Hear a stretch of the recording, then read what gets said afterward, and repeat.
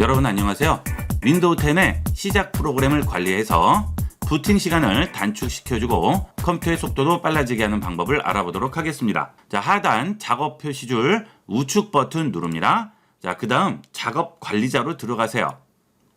자, 그러면 여기에 시작 프로그램이라고 있죠. 자, 기본 탭이 프로세스로 돼 있을 텐데 이것을 시작 프로그램으로 옮겨줍니다. 자, 그러면 여러분 컴퓨터가 시작될 때 여러분의 저장 공간에서 메모리로 업로드되는 프로그램들이 나오게 됩니다. 이런 프로그램들이 전부 여러분 메모리로 올라가야지만 컴퓨터가 시동이 되는 거죠.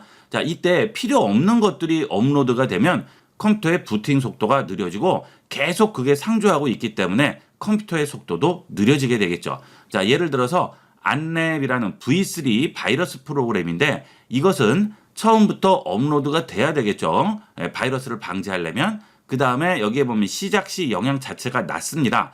자, 이런 거는 그렇게 중요한 게 아닌데 높음으로 돼 있는 게 중요하죠. 자, 이거는 어도비 업데이터 스타트업 유틸리티죠.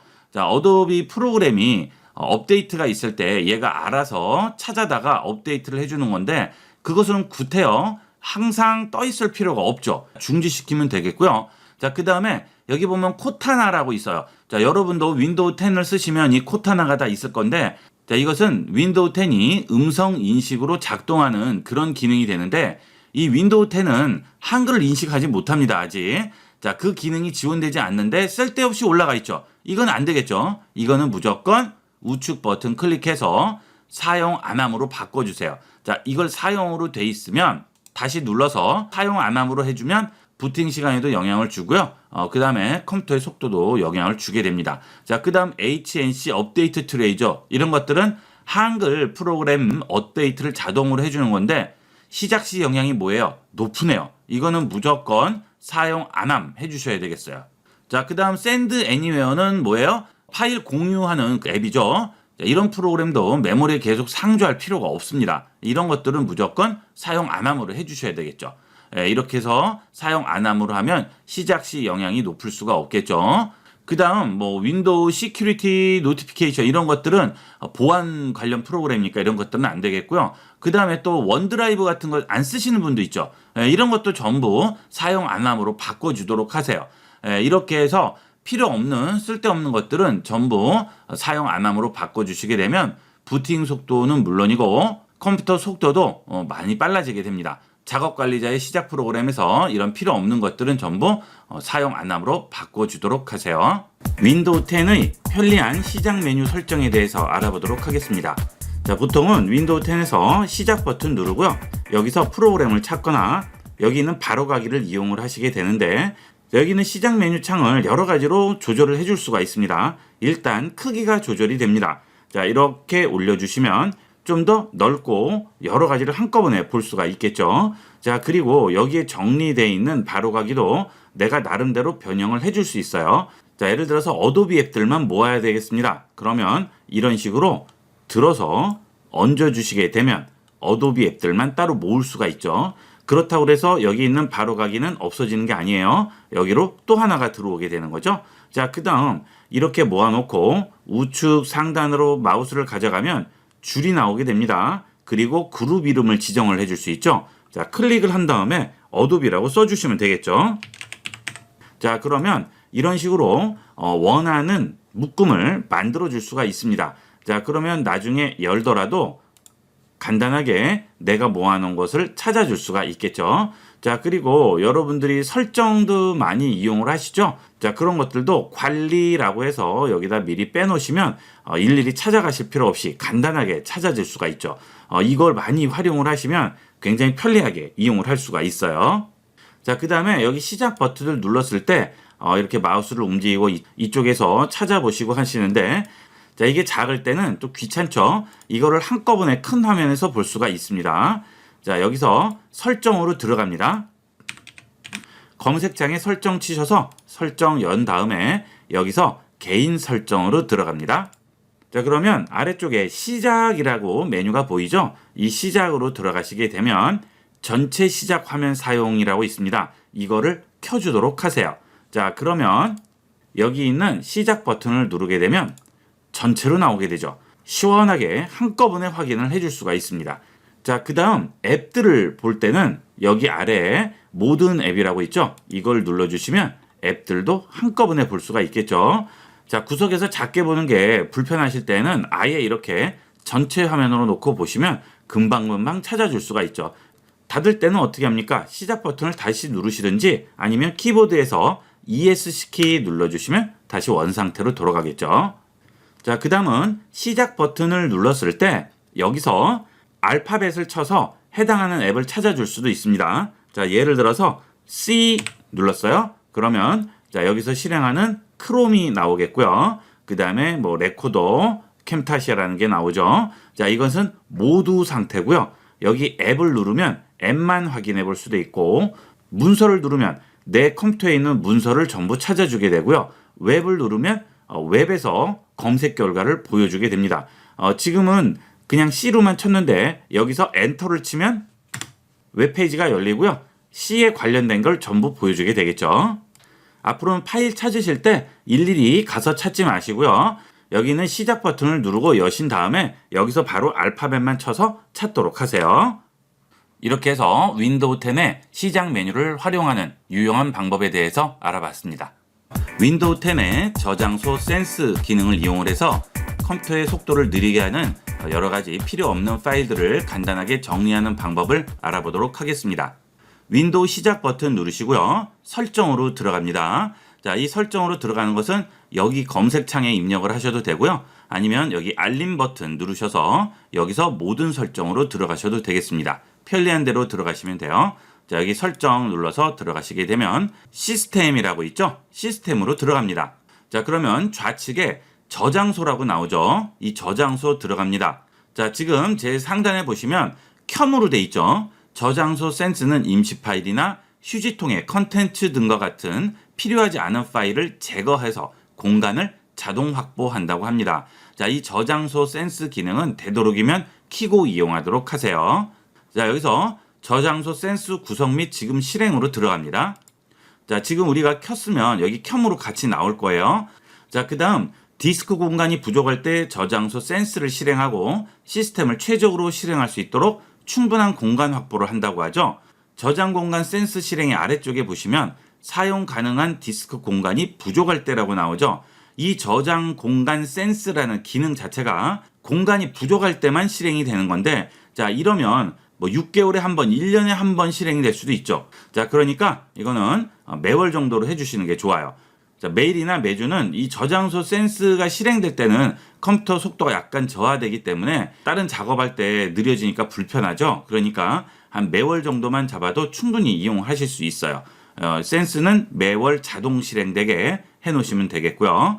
자, 그 다음 이 저장 공간 센스 실행을 할 때 임시 파일을 어떻게 할 건지 물어보죠. 이것도 체크해 주시는 게 좋겠죠. 사용하지 않는 임시 파일은 삭제해 주시는 게 좋고요. 자, 그 다음 기간 이상 휴지통에 있는 파일 삭제인데요. 이게 기본값은 30일로 돼 있을 거예요. 그런데 30일은 뭐 너무 길고 한 보름 정도만 해도 혹시나 잘못 지웠을 땐 다시 살리기 위한 시간이 충분하니까 요거는 14일 정도, 보름 정도로 잡아주시고요. 자, 여러분들이 나도 모르게 다운받는 경우도 있고 내가 일부러 다운받는 경우도 있겠죠. 그렇게 다운받은 파일들을 열어보지 않았어요. 그것도 자, 어느 정도 기간이 흐른 후에는 자동 삭제를 하게끔 할 수 있습니다. 60일까지는 필요 없죠. 이것도 한 보름 정도면 충분합니다. 자, 이렇게 해서 잡아 놓으시게 되면 이 저장소 센스가 알아서 저장 공간을 관리하고 지워주기 때문에 훨씬 시스템도 빨라지고 공간도 확보를 할 수가 있겠죠. 자, 그 다음 내가 직접 정리를 할 때는 여기서 지금 공간 확보를 해주시면 됩니다. 여기서 정리 시작을 해주시면 바로 지금 정리를 시작하게 되겠죠. 물론 이거는 시간이 몇 분 정도는 소요될 수가 있습니다. 자, 지금 벌써 820메가 디스크 공간을 확보했다고 하죠. 여러분이 컴퓨터를 며칠만 쓰셔도 1기가, 2기가씩 공간이 금방 소진되게 됩니다. 그래서 한 번씩 정리해주면 필요 없는 파일들을 한꺼번에 정리를 하니까 훨씬 깔끔하게 이용할 수가 있겠죠. 이렇게 해서 저장소 센스를 이용해서 윈도우 10에서 저장 공간을 확보하는 방법을 알아봤습니다. 윈도우 10의 화면 캡처 기능에 대해서 알아보도록 하겠습니다. 우선 전체 화면 스크린 캡처가 있겠습니다. 키보드에 있는 프린트 스크린 키를 누르시게 되면 화면이 캡처가 되게 되고요. 그 캡처된 게 클립보드에 올라가 있습니다. 이 경우에는 클립보드에 올라가 있는 캡처한 화면을 컨트롤 V로 붙여주셔야 되겠어요. 그림판을 열어보도록 하겠습니다. 이런 그림을 얹을 수 있는 프로그램은 포토샵도 되고요. 그림판도 되고 어떤 것이든 상관이 없습니다. 자, 이 상태에서 컨트롤 V로 붙여주시게 되면 금방 우리가 스크린 캡처한 화면이 여기에 붙게 되겠죠. 이 경우에는 저장이 되지 않기 때문에 여기에 붙인 다음에 파일에서 저장을 따로 해주셔야 됩니다. 이번에는 키보드에 윈도우 키와 프린트 스크린 키를 같이 누르는 경우에요. 자, 이렇게 해서 같이 누르게 되면 금방 전과 똑같이 클립보드에 올라가 있는데 이 경우에는 일단 저장을 한 다음에 클립보드에 올라가게 됩니다. 금방과 같이 그림판에서 컨트롤 V로 붙이셔도 되고 아니면 파일 탐색기를 열어보시면 내 PC에서 사진에 들어가시게 되면 여기에 스크린샷이라는 폴더가 있습니다. 자, 이 안에 들어가 보시면 지금 금방 찍은 스크린샷이 저장이 돼 있겠죠. 자, 이거를 이용을 하셔도 되겠어요. 자, 지금 두 가지는 전체 화면을 캡처하는 거고요. 그 다음은 활성화된 창을 캡처하는 방법이 되겠습니다. 이렇게 여러 가지 웹브라우저나 프로그램들이 열려 있을 경우 제일 앞에 활성화되어 있는 창을 캡처하게 됩니다. Alt 키와 프린트 스크린 키를 동시에 눌러줍니다. 자, 그 다음 똑같이 그림판 같은 프로그램을 여신 다음에 여기에서 컨트롤 V로 붙여주시면 지금 금방 캡처한 게 붙게 되겠죠. 자, 이 경우에도 따로 저장은 되지 않고요. 클립보드에만 올라가 있습니다. 이번에는 내가 원하는 영역만 캡처하는 방법이 되겠습니다. 윈도우 키와 Shift를 누르시고요. S 눌러줍니다. 자, 그러면 이렇게 위에 메뉴가 하나 뜨게 되겠죠. 제일 왼쪽에 있는 것은 사각형 캡처가 되고요. 자, 그 다음은 내가 원하는 대로 그려서 캡처를 하게 되고요. 세 번째는 내가 지정한 창만 캡처가 되게 됩니다. 자, 그 다음 마지막 것은 전체 화면 캡처가 되죠. 자, 우선 사각형 캡처는 내가 원하는 구역을 클릭 드래그해서 캡처를 하게 되겠죠. 이 경우에도 따로 저장은 되지 않고요. 클립보드에 붙여주셔야만 되겠습니다. 자, 똑같이 그림판 열고 컨트롤 V로 붙여주면 원하는 부분만 이렇게 나오게 되겠죠. 자, 윈도우 Shift S 또 눌러볼게요. 자, 이번에는 원하는 구역 캡처죠. 내 마음대로 캡처가 됩니다. 자, 이런 식으로 그린 다음에 자, 이 상태에서 캡처가 되게 되면 자, 그림판에다 붙여주게 되면 이런 식으로 들어가게 되겠죠. 자, 안쪽에 있는 이 부분이 캡처된 부분이고요. 바깥쪽에 까만 부분은 사각형으로 캡처가 되지 않으니까 이 부분은 이렇게 까맣게 나오게 되겠습니다. 자, 그 다음은 내가 원하는 창만 캡처할 수 있고요. 그 다음 이거는 전체 화면 캡처 동일하게 이용할 수가 있습니다. 자, 이렇게 해서 윈도우 10의 캡처하는 기능을 알아봤습니다. 자주 쓰는 프로그램에 바로가기 단축키를 지정하는 방법을 알아보도록 하겠습니다. 자, 여러분이 컴퓨터를 켜시면 항상 사용하고 자주 쓰는 프로그램들이 있으시죠? 그런 것들을 일일이 더블 클릭하고 찾아가고 하실 필요 없이 단축키 한 번으로 간단하게 실행할 수 있는 방법을 알아보도록 하겠습니다. 자, 여기 크롬을 자주 실행한다고 하실 경우에 이 크롬의 우측 버튼 누릅니다. 그러면 아래쪽에 속성이라고 나오죠? 속성 들어갑니다. 자, 그러면 여기에 바로가기 키라고 있습니다. 자, 이 바로가기 키에서 단축키를 지정을 해주시면 되는 거예요. 자, 여기에 클릭을 하신 다음에 지금 없음이라고 되어 있죠. 자, 이렇게 커서가 있는 상태에서 키보드에 키를 조합을 해서 단축키를 만드시면 돼요. 자, 예를 들어서 컨트롤 Alt S를 눌러보도록 할게요. 컨트롤 Alt S. 자, 그러면 같이 입력이 되죠. 적용하겠습니다. 그러면 이제 컨트롤 Alt S를 누르면 크롬이 실행되는 거죠. 자, 해볼게요. 컨트롤 Alt S. 자, 바로 실행되네요. 그렇죠? 자, 이렇게 어떤 프로그램이든 단축키를 지정을 해서 바로 실행을 할 수 있는데요. 여기 시작 버튼을 눌러서 나오는 이런 것들에는 지정을 해줄 수가 없어요. 왜냐하면 우측 버튼을 눌렀을 때 속성이 나오지가 않죠. 자, 그러면 이런 포토샵 같은 거를 실행하고 싶어요. 그러면 어떻게 해야 될까요? 바탕화면에 아이콘도 없어요. 그러면 이거를 들고 바깥으로 빼세요. 자, 이 상태에서 다시 누르면 속성이 뜨겠죠. 야, 여기서 바로가기 키를 지정을 해주시면 되겠습니다. 그러면 지금 여기에 그러면 여기 시작 버튼 눌러서 나오는 모든 프로그램에는 전부 단축키를 지정을 해줄 수 있다는 얘기가 되겠죠. 뭐 계산기부터 시작해서 워드, 엑셀, 그림판, 뭐 뭐든지 여러분이 원하는 거는 꺼내놓고 단축키만 지정을 해주시면 되겠습니다. 자, 이렇게 바깥에 꺼내놨다고 해서 시작 버튼을 눌렀을 때 나오는 바로가기 아이콘이 없어지는 건 아니에요. 여기는 그대로 있고 꺼낸 거는 또 꺼낸 거대로 있습니다. 자, 그런데 이렇게 바깥에 꺼내놨을 때는 단축키가 지정이 돼요. 왜냐하면 이 아이콘의 우측 버튼을 눌러서 속성으로 들어가서 지정을 한 거죠. 자, 그러니까 이 시작 버튼을 눌렀을 때 여기에 있더라도 바깥에 나와 있는 이 아이콘이 없어지게 되면 그 단축키는 실행이 되지 않습니다. 그래서 단축키를 지정해 놓은 바로가기 아이콘들은 버리지 말고 그대로 놔두셔야 되겠습니다. 자, 이렇게 해서 윈도우 10에서 바로가기 단축키를 지정하는 방법을 알아봤습니다. 웹브라우저에서 간단하게 쓸 수 있는 편리한 단축키를 알아보도록 하겠습니다. 이 단축키는 크롬이나 웨일, 엣지 상관없이 전부 동일하게 이용을 할 수가 있습니다. 자, 크롬으로 해보도록 하겠습니다. 자, 우선 여러분들이 웹 검색을 하시다가 새로운 탭을 만드실 때 여기에 플러스 버튼을 누르시게 되죠. 이때 단축키를 이용해서 빠르게 열어줄 수가 있습니다. 키보드에 컨트롤 T 누르시게 되면 새 탭이 바로 생성이 되죠. 여기서 검색하거나 이용을 하시면 되겠어요. 자, 그 다음은 탭들이 여러 개가 열려 있을 때 탭 간 이동이 되겠습니다. 자, 컨트롤 탭과 컨트롤 쉬프트 탭이 되겠습니다. 자, 컨트롤 탭을 눌러 볼게요. 컨트롤 탭, 컨트롤 탭. 그러면 어떻게 돼요? 다음 탭으로 넘어가게 되죠. 순서대로. 자, 여기서 컨트롤 쉬프트 탭을 누르면 뒤로 넘어가게 되겠습니다. 자, 이런 식으로 컨트롤 탭과 컨트롤 쉬프트 탭을 이용을 해서 탭 간에 간단하게 이동을 해줄 수가 있습니다. 자, 그 다음은 웹브라우저를 이용하시다가 새로운 탭을 만드는 게 아니고 아예 새로운 창을 만들어야 할 경우가 있죠. 자, 이럴 경우에는 컨트롤 N을 눌러서 새로운 창을 열게 됩니다. 컨트롤 N. 자, 이렇게 되면 아예 새로운 창이 하나 열리죠. 이렇게 해서 창을 열 수 있고요. 그 다음 닫으실 때는 컨트롤 W. 그러면 창을 닫을 수가 있겠죠. 자, 그 다음은 내가 웹서핑을 하고 검색한 그런 기록들을 컴퓨터에 남기지 않고 이용하고 싶을 때 쓰는 단축키가 되겠습니다. 자, 시크릿 모드 단축키인데요. 자, 컨트롤 쉬프트 N을 누르게 되면 시크릿 모드로 전환이 되면서 여기서 이용을 하는 것들은 컴퓨터에 전혀 기록이 되지 않습니다. 안전하게 이용할 수가 있겠죠.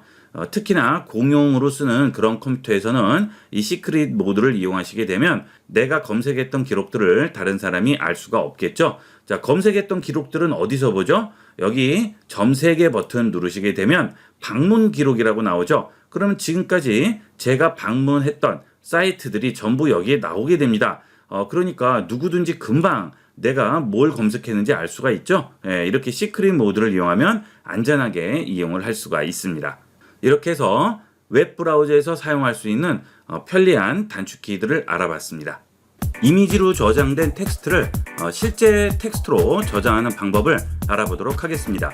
자, 여러분들이 이렇게 검색을 하시다 보면 이렇게 텍스트는 텍스트인데 이거는 지금 우리가 글씨를 쓸 수 있는 텍스트가 아니고 이미지로 저장된 텍스트죠. 자, 이럴 경우에는 클릭 드래그를 해도 긁을 수가 없죠.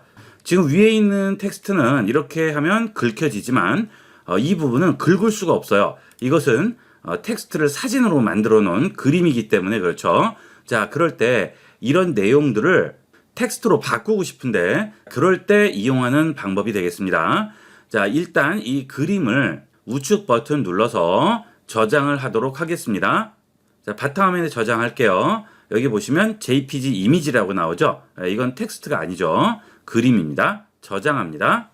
자, 그러면 이렇게 그림을 확인을 해볼 수가 있네요. 자, 그 다음은 크롬에서 구글 앱 버튼 누른 다음에 여기서 드라이브로 들어갑니다. 자, 이 구글 드라이브에 지금 우리가 찍은 사진을 올리는 거예요. 자, 들어다가 올립니다. 자, 복사라고 나오죠. 자, 올려줍니다. 자, 그러면 업로드 1개 완료라고 나오죠. 자, 여기서 최근 문서함 누르면 지금 금방 올린 파일이 여기 보여요. 자, 지금 올린 이 파일을 마우스 우측 클릭을 하시게 되면 메뉴가 나오게 되죠. 자, 여기서 연결 앱으로 들어가세요. 자, 그러면 구글 문서라고 나오게 됩니다. 자, 이 구글 문서로 가시게 되면 지금 우리가 선택한 그 이미지로 된 텍스트를 우리가 직접 이용을 할 수 있는 텍스트로 변환을 해주게 돼요. 자, 그러면 지금 이 그림을 이렇게 텍스트화 시키죠. 그러면 전부 긁어줍니다. 그렇죠? 자, 가끔 이미지에 있는 텍스트를 실제 워드나 이런 데서 쓰기 위해서 텍스트로 변형을 해야 할 경우가 있는데, 자, 이럴 때는 이렇게 간단하게 바꿔줄 수가 있죠. 자, 이거 필요하시면 그대로 긁어서 복사해서 워드 프로세서나 메모장 이런 데 붙이시면 그대로 이용할 수가 있겠죠. 아주 간단하게 활용할 수 있으니까 이거는 많이 이용을 해보도록 하세요. 자, 이렇게 해서 사진에 쓰여져 있는 텍스트를 실제 텍스트로 변환하는 방법을 알아봤습니다. 웹페이지를 PDF로 변환을 해서 문서같이 저장하는 방법을 알아보도록 하겠습니다. 여러분들이 웹사이트를 검색을 하시거나 특정 사이트에 접속을 하셨을 때 그 내용을 놔뒀다가 나중에라도 보고 싶은 경우가 있죠. 자, 그런 경우에 그 웹사이트를 그냥 저장을 하게 되면 폴더와 HTML이 따로 저장돼서 나중에 보기도 불편하고 저장하기도 불편합니다. 자, 예를 들어서 IB96 사이트로 왔어요. 여기서 이 페이지를 저장을 할 때 우측 버튼을 페이지에 누른 상태에서 다른 이름으로 저장하죠. 자, 그 다음 바탕 화면에다가 웹페이지 전부 해서 저장을 해주죠. 자, 그러면 이렇게 HTML이 하나 저장되고요. 폴더를 열어보게 되면 그 페이지에 있는 여러 가지 그래픽 파일들이 따로 저장이 되죠. 자, 이렇게 되면 불편하죠. 나중에 움직일 때도 같이 움직여야 되고, 자, 그 다음에 열었을 때 깨지는 수도 있고 그렇습니다. 자, 이럴 때 PDF로 저장을 하게 되면 이런 식으로 따로따로 분리해서 저장할 필요 없이 문서 파일로 하나로 저장이 되게 됩니다. 훨씬 편리하게 이용을 할 수가 있겠죠.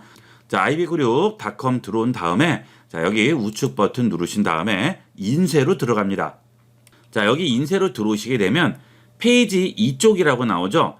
여기는 스크롤바 내려보시면 이 한 페이지에 들어가지 않을 경우 아래쪽까지 같이 나오게 되죠. 자, 이런 식으로 페이지를 전부 저장을 해줄 수 있고요. 그 다음 PDF로 저장으로 돼 있죠.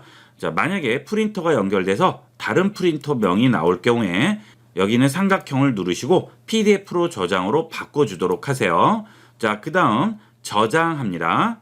자, 그리고 바탕화면에다가 저장을 해주세요. 자, 그러면 이렇게 PDF 파일로 저장이 되죠.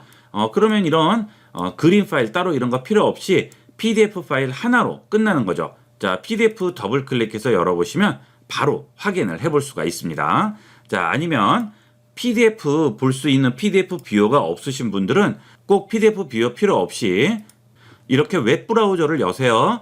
보통 웹 브라우저에서는 이 PDF 뷰어를 전부 제공을 하기 때문에 이 상태에서 PDF를 얹어주게 되면 바로 확인을 할 수가 있겠죠. 자, 이런 식으로 원하는 사이트의 페이지를 윈도우 10에서 간단하게 PDF로 저장하고 확인을 해볼 수가 있습니다. 윈도우 10에서 화면 크기를 조절하는 방법을 알아보도록 하겠습니다. 자, 우선 첫 번째로 마우스 휠을 이용해서 화면 크기 확대 축소를 하는 방법이 되겠습니다. 키보드의 컨트롤 키를 누른 상태에서 마우스 휠을 위쪽으로 밀어주게 되면 이렇게 확대가 되게 되겠죠. 자, 그 다음 아래쪽으로 휠을 돌리게 되면 축소가 되게 됩니다. 이 기능은 바탕화면 상태에서 뿐만이 아니고 웹 브라우저에서도 이용할 수가 있겠죠. 자, 이 기능은 바탕화면 상태에서 뿐만이 아니고 웹 브라우저 상태에서도 그대로 이용할 수가 있겠죠. 자, 이렇게 웹 브라우저를 연 상태에서 컨트롤 누르고 마우스 휠을 돌리면 이런 식으로 확대 축소를 해줄 수가 있고요. 자, 이때 바깥 배경화면에 놓고 마우스 휠을 돌리게 되면 자, 이런 식으로 배경화면만 조절이 가능하겠죠. 내 마우스가 위치한 상태에 따라서 화면 사이즈를 확대 축소할 수가 있습니다. 자, 그 다음 이거는 그림판 같은 거 여셔도 마찬가지로 활용을 하실 수가 있어요. 자, 여기 있는 메뉴 같은 것들은 적용이 안 되지만 자, 이렇게 안에 들어가 있는 그림들일 경우에는 이렇게 컨트롤을 이용해서 확대 축소를 해줄 수가 있습니다.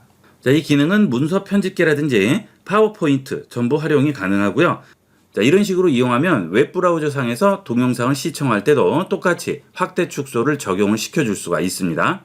자, 지금 유튜브를 실행해 봤는데요. 자, 이 상태에서 컨트롤 누르고 마우스 휠을 돌리면 이런 식으로 축소나 확대가 되게 되겠죠. 그래서 영상 같은 거 보실 때도 좀 더 편리하게 이용할 수가 있습니다. 자, 그 다음은 디스플레이 설정에서 사이즈를 조절하는 방법이 되겠습니다. 바탕 화면에 마우스 우측 버튼 누르시고요. 디스플레이 설정으로 들어갑니다.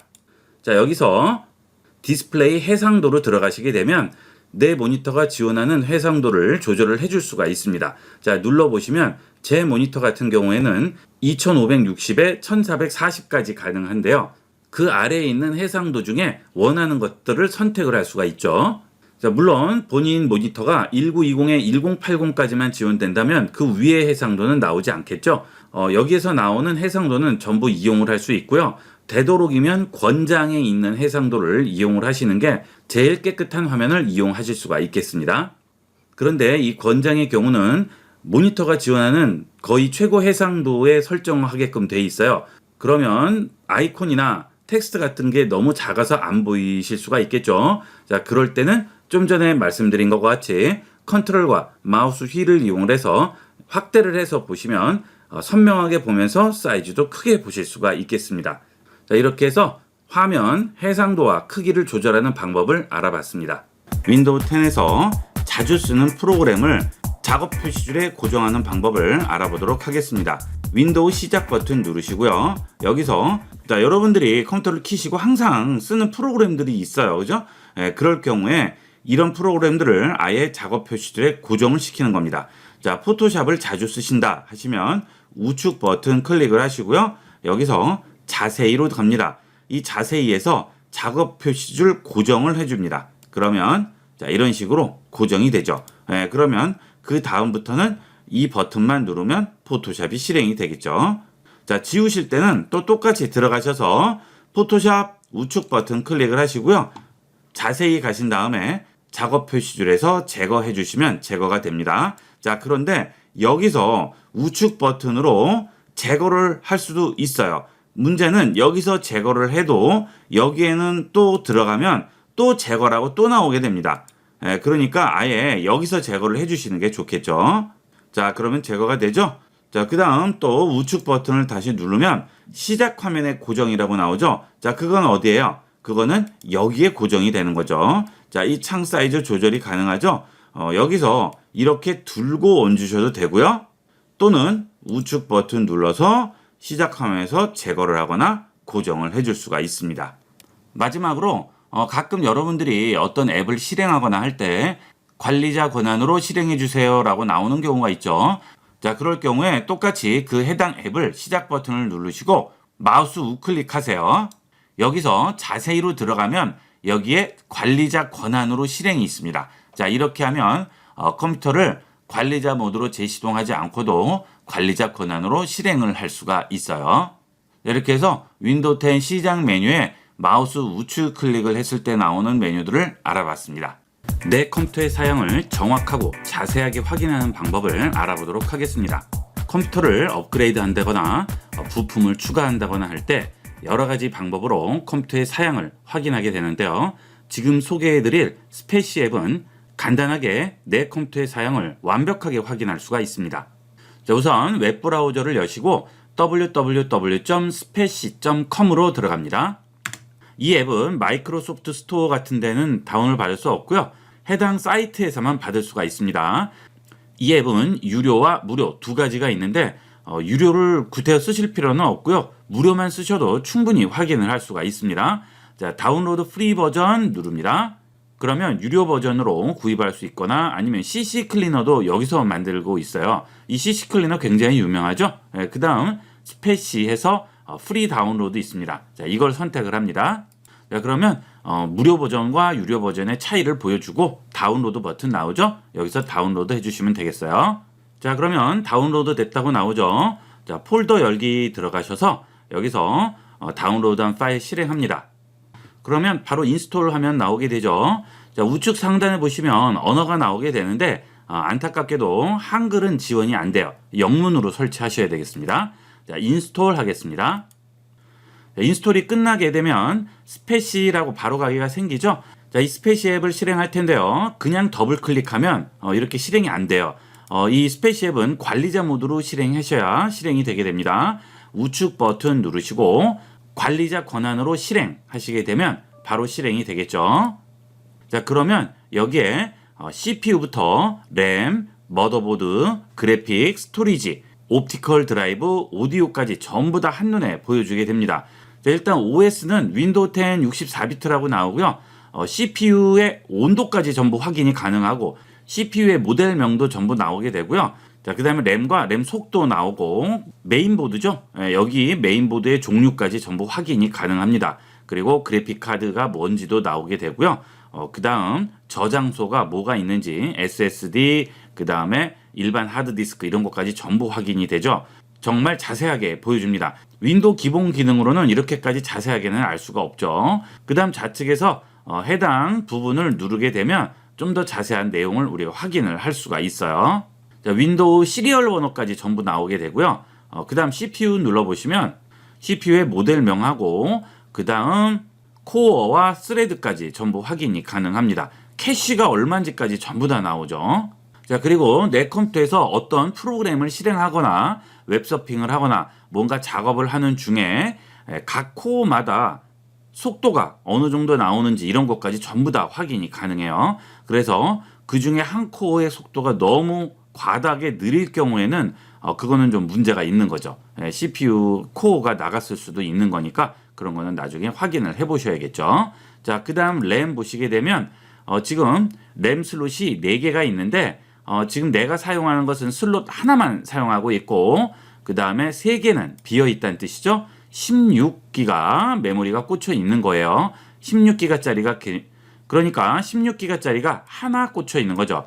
또는 8기가짜리를 2개 꽂으신 분은 여기에 2라고 돼 있고 여기 프리 메모리 슬롯도 2라고 나오겠죠. 여러분이 어떤 식으로 꽂혀 있는지 여기서 확인을 해볼 수가 있습니다. 그 다음에 이런 게 왜 중요하냐면 여러분이 나중에 메모리 증설을 한다거나 할 때 되도록이면 꽂혀 있는 메모리들은 속도가 동일한 게 안정적이죠.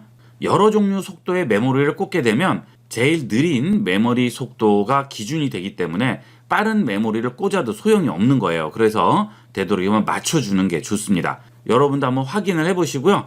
메모리가 여러 개 꽂혀 있을 때 속도가 어떤지 한번 확인을 해보세요. 그래서 제일 느린 게 있으면 그거는 되도록이면 맞춰주는 게 좋겠죠. 예를 들어 메모리가 4개 꽂혀 있으면 제일 느린 게 꽂혀 있을 경우에는 나머지 3개가 그 속도로 전부 맞춰지니까 전체 속도가 늦어지게 되겠죠. 그런 것들만 잘 맞춰주셔도 훨씬 빠르게 이용을 할 수가 있습니다. 자, 그 다음에 머더보드죠. 이 메인보드의 모델명과 만든 회사가 왜 중요하냐면 이 메인보드는 펌웨어 업데이트가 있죠. 메인보드에 꽂혀 있는 칩셋을 계속 업데이트하면서 최신으로 업그레이드가 되게 됩니다. 그러면 속도도 빨라지고 훨씬 더 안정적이 되죠. 이 펌웨어는 되도록이면 업데이트를 해주시는 게 좋겠죠. 그러려면 해당 사이트에 가서 내 머더보드의 모델명을 입력을 해서 펌웨어를 다운을 받아서 업데이트해야 되는데 이걸 모르면 이 컴퓨터를 전부 뜯어서 또 이 보드에 써있는 모델명을 확인을 해야 돼요. 이것 때문에 굉장히 귀찮아요. 그렇죠? 그래서 여기서 확인을 해볼 수 있고요. 그 다음에 여기 바이오스에 보면 버전이라고 나오죠. 이게 내 컴퓨터의 바이오스 버전이 되겠습니다. 이거는 되도록이면 최신 버전으로 업데이트를 해주는 게 좋죠. 저는 지금 2021년 6월 16일에 업데이트를 해줬어요. 또 그 다음에 수시로 체크해서 업데이트 됐으면 업데이트를 해주게 되면 컴퓨터가 안정적이 되고 속도도 빨라지게 됩니다. 그 다음에 그래픽카드의 드라이버도 업데이트를 해주는 게 좋죠. 자, 그러면 그 그래픽 카드를 업데이트는 어디서 하는지 여기서 확인해 볼 수 있죠. 자, 여기 보시면 라데온 RX 580 시리즈라고 나오죠. 자, 만든 회사는 이 위에 있는 회사가 아니고요. 여기 아래에 있는 서브 벤더라는 곳이 이 그래픽 카드를 만든 곳이 되겠습니다. 여기는 그래픽 카드 칩셋을 만든 회사고요. 이 아래에 있는 게 내 그래픽 카드 자체를 만든 회사가 되겠죠. 그러면 이곳에 가셔서 해당 모델명 쓰시고 드라이버를 다운을 받으셔서 업데이트 하시면 훨씬 더 빠르고 안정적으로 이용할 수가 있습니다.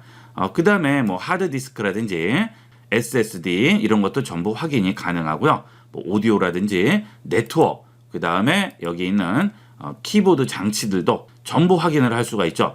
이거 하나만 설치하면 거의 만능이라고 생각하시면 돼요. 내 컴퓨터의 사양이나 현재 상태를 확인하는 것은 뭐 더 이상 편리하고 확실한 게 없습니다. 요거는 하나 설치해 두시고 가끔 필요하실 때마다 꼭 체크를 해보도록 하세요. 자, 이번 시간은 내 컴퓨터 사양을 확인하는 스페시 앱에 대해서 알아봤습니다. 여러분이 다운받은 영상을 컴퓨터에서 본다거나 또는 스마트폰으로 찍은 영상을 컴퓨터에서 볼 경우에 코덱이 지원되지 않는다거나 또는 소리만 나오거나 아니면 영상만 나오는 경우가 있죠. 자, 이럴 경우에 컴퓨터에서 볼 수 있는 영상으로 변환을 해주거나 아니면 영상 자체의 용량을 줄여줄 수 있는 인코더를 알아보도록 하겠습니다. 컴퓨터에서 쓸 수 있는 인코더는 굉장히 종류가 여러 가지가 있는데요. 제가 이번에 알려드릴 인코더는 샤나 인코더라는 프로그램이 되겠습니다. 브라우저를 여시고 샤나 인코더 입력하시면 shana.pe.kr 이라고 주소가 나오게 됩니다. 자, 여기로 들어갑니다. 자, 이 샤나 인코더는 기업체에서 만든 게 아니고요. 개인이 혼자서 만든 건데도 이런 기업들에서 만든 거에 못지않게 빠르고 지원되는 영상의 종류도 굉장히 많습니다. 그래서 전문적으로 영상 편집하거나 이러는 분들도 이 샤나 인코더를 굉장히 많이 써요. 자, 이 샤나 홈페이지로 들어오시게 되면 여기 다운로드라고 있죠. 다운로드로 들어갑니다. 자, 그러면 최신 버전이 이렇게 올라와 있어요. 업데이트도 자주 되고 버그도 빨리빨리 수정이 됩니다. 그래서 저도 이거 많이 쓰는데 항상 감사하면서 쓰고 있어요. 자, 여기 들어갑니다.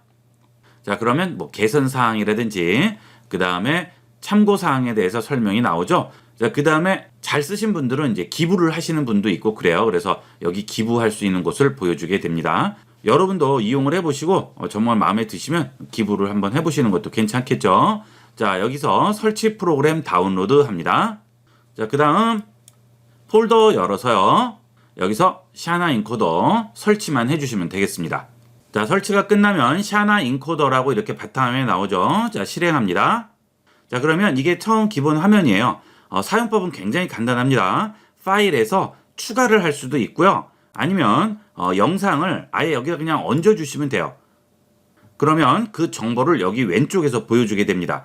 입력해 보시면 시간 단위가 나오죠. 영상의 길이가 나오고요. 그 다음에 용량 나오고 크기 나오고 뭐로 압축되어 있는지 나오고 프레임 수라든지 오디오 압축 방법과 헤르츠까지 전부 다 보여주게 됩니다. 그래서 이 영상의 정보를 확인할 수 있고요. 그것을 여기서 원하는 걸로 바꿔줄 수가 있죠.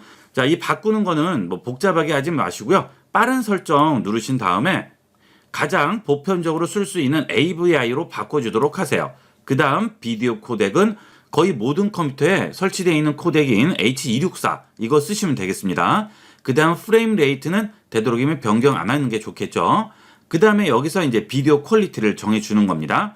이 비디오 퀄리티는 저는 보통 한 19에서 20 사이에서 놓고 쓰는데요.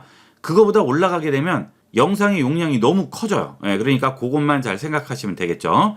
그 다음에 사이즈를 변경하시고 싶으실 때는 여기서 사이즈를 변경을 해주시면 됩니다. 보통 1920, 1080 되면 풀 HD고요. 1280, 720이면 HD. 자, 그 다음 원본에 있는 3840, 2160은 4K가 되겠죠. 자, 이런 식으로 영상 사이즈를 변경을 해주시면 되는 겁니다. 자, 그 다음에 샘플 레이트도 변경하지 마시고 그대로 이용하셔도 되고요. 아니면 44100이 CD 음질로 가장 무난해요. 영상에 포함되어 있는 사운드의 경우에는 보통 48000으로 되어 있는 경우가 많은데 사실 이게 그렇게까지 필요가 없어요. 그래서 44100으로 주면 CD 음질까지 나오니까 충분하죠. 자, 그 다음 영상 자막에서 영상의 자막 입히기는 꺼주도록 하세요. 혹시나 이 영상에 SMI 같은 것들이 자막으로 같이 포함되어 있을 경우에 영화 같은 거 보실 때 다운받아서 보시면 SMI 자막 파일이 같이 붙어 오잖아요. 그죠? 그럴 경우에는 여기서 자막 입히기를 해버리면 두 개를 하나로 합쳐지는 거죠. 자, 이렇게 해서 적용한 다음에 인코딩 시작을 해주시면 되겠습니다. 저는 바탕화면에다 해볼까요? 인코딩 시작합니다. 자, 그러면 진행하는 시간의 위치가 나오고요. 파일 크기까지 보여주죠. 속도도 굉장히 빠릅니다. 자, 벌써 끝났네요. 그죠? 닫고요. 여기 보시면 샤나 해서 똑같은 이름으로 나오죠. 자, 이게 원본입니다. 우측 버튼 누르고 속성을 보시게 되면 지금 300메가가 나오네요. 자, 그 다음 샤나 인코더로 변환한 거 속성을 보시면 132메가죠. 거의 3분의 1 가까이 줄죠. 자, 두 개의 화질을 한번 비교를 해보시면 자, 원본이에요. 그 다음 변환한 겁니다. 뭐 거의 차이 없죠. 무슨 완전 전문가가 와서 들여다보기 전에는 일반적으로는 화질 차이를 느낄 수가 없어요. 그래서 자, 이런 식으로 변환을 해서 이용을 하시면 용량도 줄이면서 훨씬 편리하게 이용을 할 수가 있습니다. 윈도우 10 설치를 위한 부팅 디스크를 만드는 방법을 알아보도록 하겠습니다. 컴퓨터가 갑자기 멈춘다거나 OS를 새로 설치한다거나 포맷을 할 경우에 부팅 디스크가 필요하죠. 그때 닥쳐서 또 만들려면 복잡하니까 미리 USB 하나 준비하셔서 만들어 놓으시면 유용하게 쓰실 수가 있을 거예요. 우선 부팅 디스크를 만들려면 부팅 디스크를 만들기 위한 도구를 microsoft.com에서 다운을 받아서 실행을 하셔야 되겠습니다. 마이크로소프트로 들어가겠습니다. microsoft.com에서 윈도우 10을 다운받으려면 찾기가 좀 힘들어요. 그러니까 아예 제가 경로를 말씀을 드리도록 하겠습니다. 이 경로는 본 영상 설명란에 써 있으니까 그거 그대로 이용을 하시면 되겠습니다. 자, 여기에 들어오시면 바로 이 도구를 다운을 받으실 수가 있어요. 윈도우 10을 설치하고 싶으신가요? 하고 지금 도구 다운로드라고 나오죠. 자, 이거 누르시고요. 도구를 다운로드 합니다. 자, 그 다음 여기서 파일 열기 해서 그 도구를 실행을 하시면 되겠습니다. 자, 그러면 바로 항목 준비 중이라고 나오고요. 시간이 잠시 흐른 후에 사용 조건 나오죠? 여기서 동의해 주시면 되겠습니다. 자, 이 준비 시간도 약간 걸려요. 그러면 이 PC를 업그레이드 할 건지 아니면 USB 플래시 드라이브에 부팅 디스크를 만들 건지 물어보죠.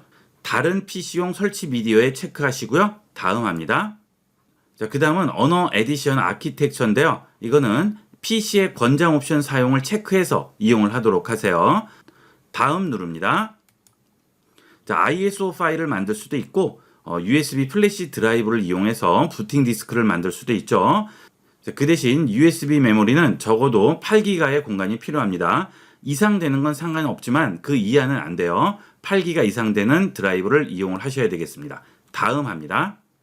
자, 그러면 지금 꽂은 USB 메모리가 떠요. 혹시 미리 꽂지 않으셨으면 지금 꽂아도 뜨지 않습니다. 그럴 때는 목록 새로 고침을 누르시면 바로 나오게 됩니다.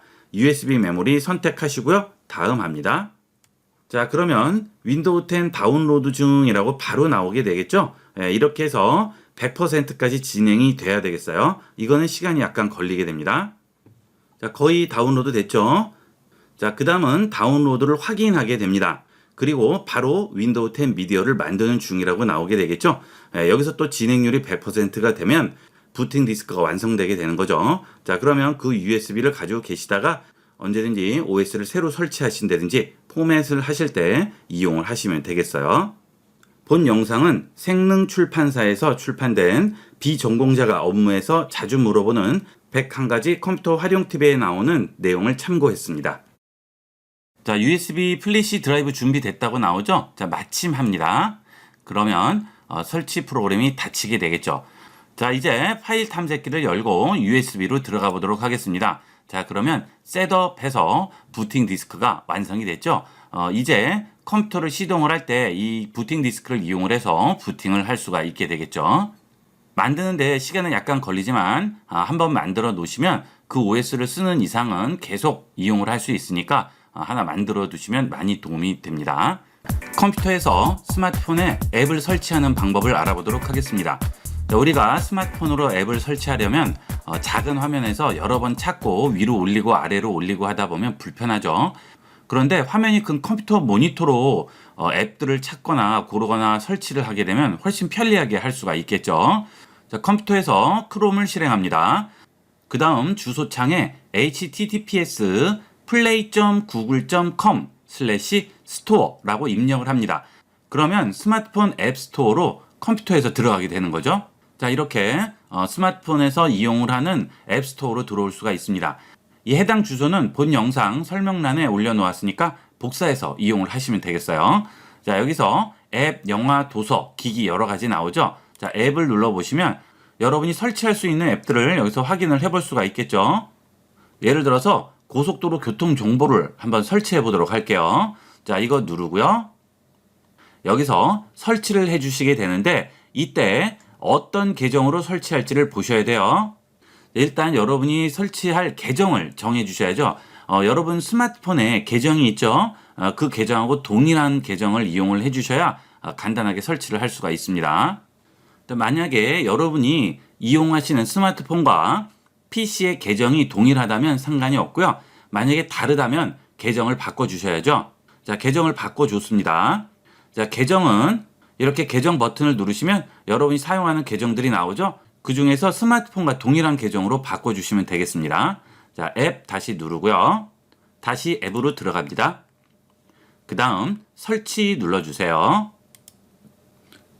자, 그러면 여러분 기기가 나올 거예요. 여러분 이 기기에 설치를 해주시면 되겠죠. 만약에 기기를 여러 개를 쓰시는 경우에는 여러 가지 기기가 같이 나오게 됩니다. 자, 여기서 설치를 원하는 기기를 선택을 하시고요. 설치해 주시면 되겠습니다. 자, 본인 인증을 위해서 비밀번호 입력을 하라고 하죠. 자, 다음 합니다. 자, 구매 완료됐다고 나오죠. 이 앱인 경우에는 무료 앱이니까 구매가 완료됐다고 해도 따로 비용이 지불되거나 하지는 않겠죠. 다음 작업 시 인증 요청한다고 하죠. 자, 구매는 어떻게 될지 모르기 때문에 일단 앱 설치만 하는 걸로 선택을 해주시면 되겠어요. 자, 저장하겠습니다. 확인합니다. 자, 설치됐다고 나오죠. 자, 이렇게 홈 화면에 설치가 됐다고 나오고 고속도로 교통정보라고 이렇게 앱이 나오게 됩니다. 이 스마트폰에 설치하는 것은 따로 내려받게 하거나 설치할 필요 없이 스마트폰을 켜게 되면 자동으로 설치가 되게 됩니다. 아주 간단하게 이용을 할 수가 있습니다. 자, 이렇게 해서 컴퓨터에서 간단하게 스마트폰에 앱을 설치하는 과정을 알아봤습니다. 윈도우 10의 날씨나 뉴스 창을 설정하는 방법을 알아보도록 하겠습니다. 자, 얼마 전에 윈도우 10이 업데이트 되면서 갑자기 날씨가 나오게 됐죠. 그리고 여기를 눌러보면 이런 식으로 뭐 뉴스라든지 이런 것도 같이 뜨게 되는데요. 자, 이걸 설정하는 방법을 알아보도록 하겠습니다. 자, 그런데 이 날씨 부분을 클릭을 하게 되면 기본 기능이라서 내가 선택권 없이 그냥 무조건 열려 있게 되죠. 자, 작업 표시줄에 우측 버튼을 누르시고요. 그 다음 뉴스 및 관심사로 갑니다. 자, 여기 가시면 아이콘 및 텍스트 표시가 있고 아이콘 표시가 있고요. 끄기가 있죠. 자, 여기서 끄기를 들어갑니다. 자, 그러면 없어졌죠? 자, 이 작업 표시줄 하단에 이런 메뉴들이 많이 나올수록 컴퓨터 속도에도 영향을 주니까 이게 필요 없으신 분들은 끄고 이용을 하도록 하세요.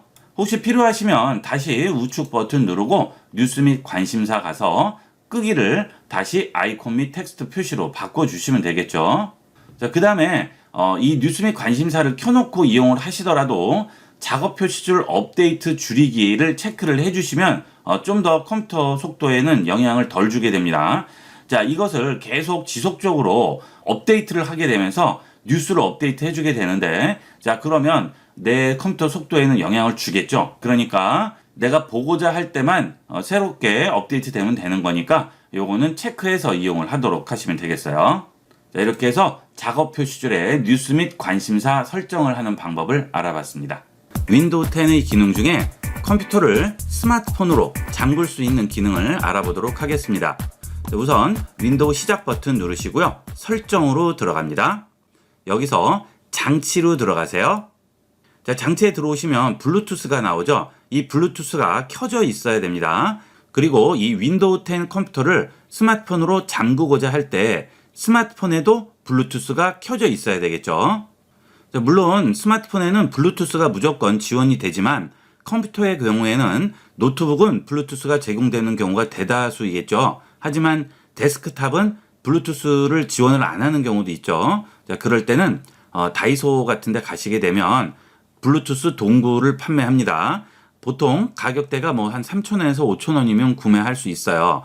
이런 모양이죠. 예, 이런 거 하나 구매를 하셔서 이용을 하시면 아주 간단하게 블루투스를 추가를 해줄 수가 있습니다. 자, 이렇게 해서 블루투스가 전부 켜져 있을 경우에는 블루투스 및 기타 디바이스 아래쪽으로 내려가시게 되면 이렇게 내 스마트폰이 뜨게 됩니다. 자, 이렇게 이게 페어링 됐다고 나와야 돼요. 자, 여기서 장치 제거해버리면 없어지는 거니까 장치 제거는 누르시면 안 되겠죠. 자, 그런데 만약 이 기타 디바이스 블루투스 기기에 내가 이용하고자 하는 스마트폰이 떠 있지 않을 경우에는 스마트폰에서 검색을 해 주셔야 돼요. 자, 스마트폰에서 설정으로 들어갑니다. 자, 여기서 연결로 들어가세요. 그러면 여기 블루투스라고 나오죠? 이 블루투스로 들어가셔서 내가 연결하고자 하는 컴퓨터가 여기 떠 있어야 돼요. 자, 만약에 떠 있지 않을 경우에는 자, 이 상단에서 찾기 버튼을 눌러서 찾아주셔야 되겠습니다. 저는 이미 떠 있죠? 이게 PC가 되겠어요. 데스크탑이라고 나오죠? 자, 이렇게 전부 연결이 됐을 경우에 PC에서 설정의 홈 버튼 다시 누르셔서 홈 화면으로 다시 오는 겁니다. 자, 여기에서 계정으로 들어가세요. 자, 그러면 좌측에 로그인 옵션이라고 나오죠? 로그인 옵션 들어가세요. 자, 그 다음에 아래쪽으로 내려가시다 보면 동적 잠금이라고 나오게 됩니다. 자, 윈도우는 PC와 페어링된 장치를 사용해서 사용자가 자리를 비울 때를 알 수 있으며 장치가 벗어나면 PC를 잠글 수 있다고 하죠. 자, 여기에 체크를 해주세요. 그러면 자리를 비울 때 윈도우가 자동으로 장치를 잠그도록 허용하는 거예요. 자, 그러면 연결된 이 장치가 일정 거리를 떨어지게 되면 컴퓨터가 잠겨버리는 거죠. 자, 만약에 내가 원하는 디바이스가 아닐 경우에 여기 블루투스 및 기타 장치 다시 가셔서요. 바꿔주시면 되겠습니다. 자, 우리가 아까 설정한 갤럭시 탭이 있죠. 자, 이거를 설정해 주시면 되겠습니다. 자, 그러면 이렇게 연결된 표시가 나오게 되죠. 그러면 이제 내 스마트폰과 컴퓨터가 일정 거리가 떨어지게 되면 자동으로 잠기게 되는 거죠. 자, 우리가 자리를 잠깐 비울 때 일일이 여기 가서 로그아웃하고 끄고 이럴 필요 없이 그냥 스마트폰만 들고 일정 거리만 떨어지면 바로 잠기게 되겠습니다. 아주 편리하게 활용을 할 수가 있어요. 자, 이렇게 해서 동적 잠금을 이용해서 스마트폰이 컴퓨터와 떨어지게 되면 자동으로 컴퓨터가 잠겨지는 윈도우 10의 편리한 기능을 알아봤습니다.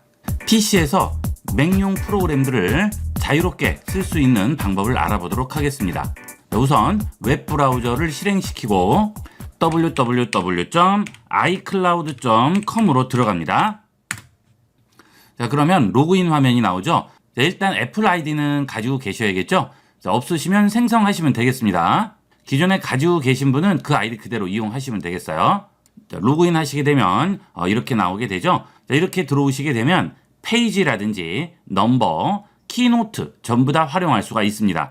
자, 이 키노트가 기능도 많고 디자인적으로 이뻐서 파워포인트보다 이 키노트를 또 선호한 분도 많고 키노트가 또 많이 인기죠, 요즘. 자, 이런 식으로 해서 키노트에 들어가시게 되면 기존에 키노트로 작업된 것도 열어볼 수 있고요. 그 다음 플러스 눌러서 키노트를 웹상에서 실행한 다음에 그대로 활용할 수가 있습니다. 자, 이렇게 하나 눌러볼게요. 자, 그러면 키노트 프로그램을 이용할 수 있는 화면이 그대로 나오게 되죠. 이렇게 그대로 다 활용할 수가 있습니다. 애플 스토어에서 다운을 받아서 이용하는 것과 똑같이 활용할 수 있으니까 이런 키노트 이용하실 때 맥이 없어도 PC에서도 이런 식으로 이용을 하실 수가 있겠어요.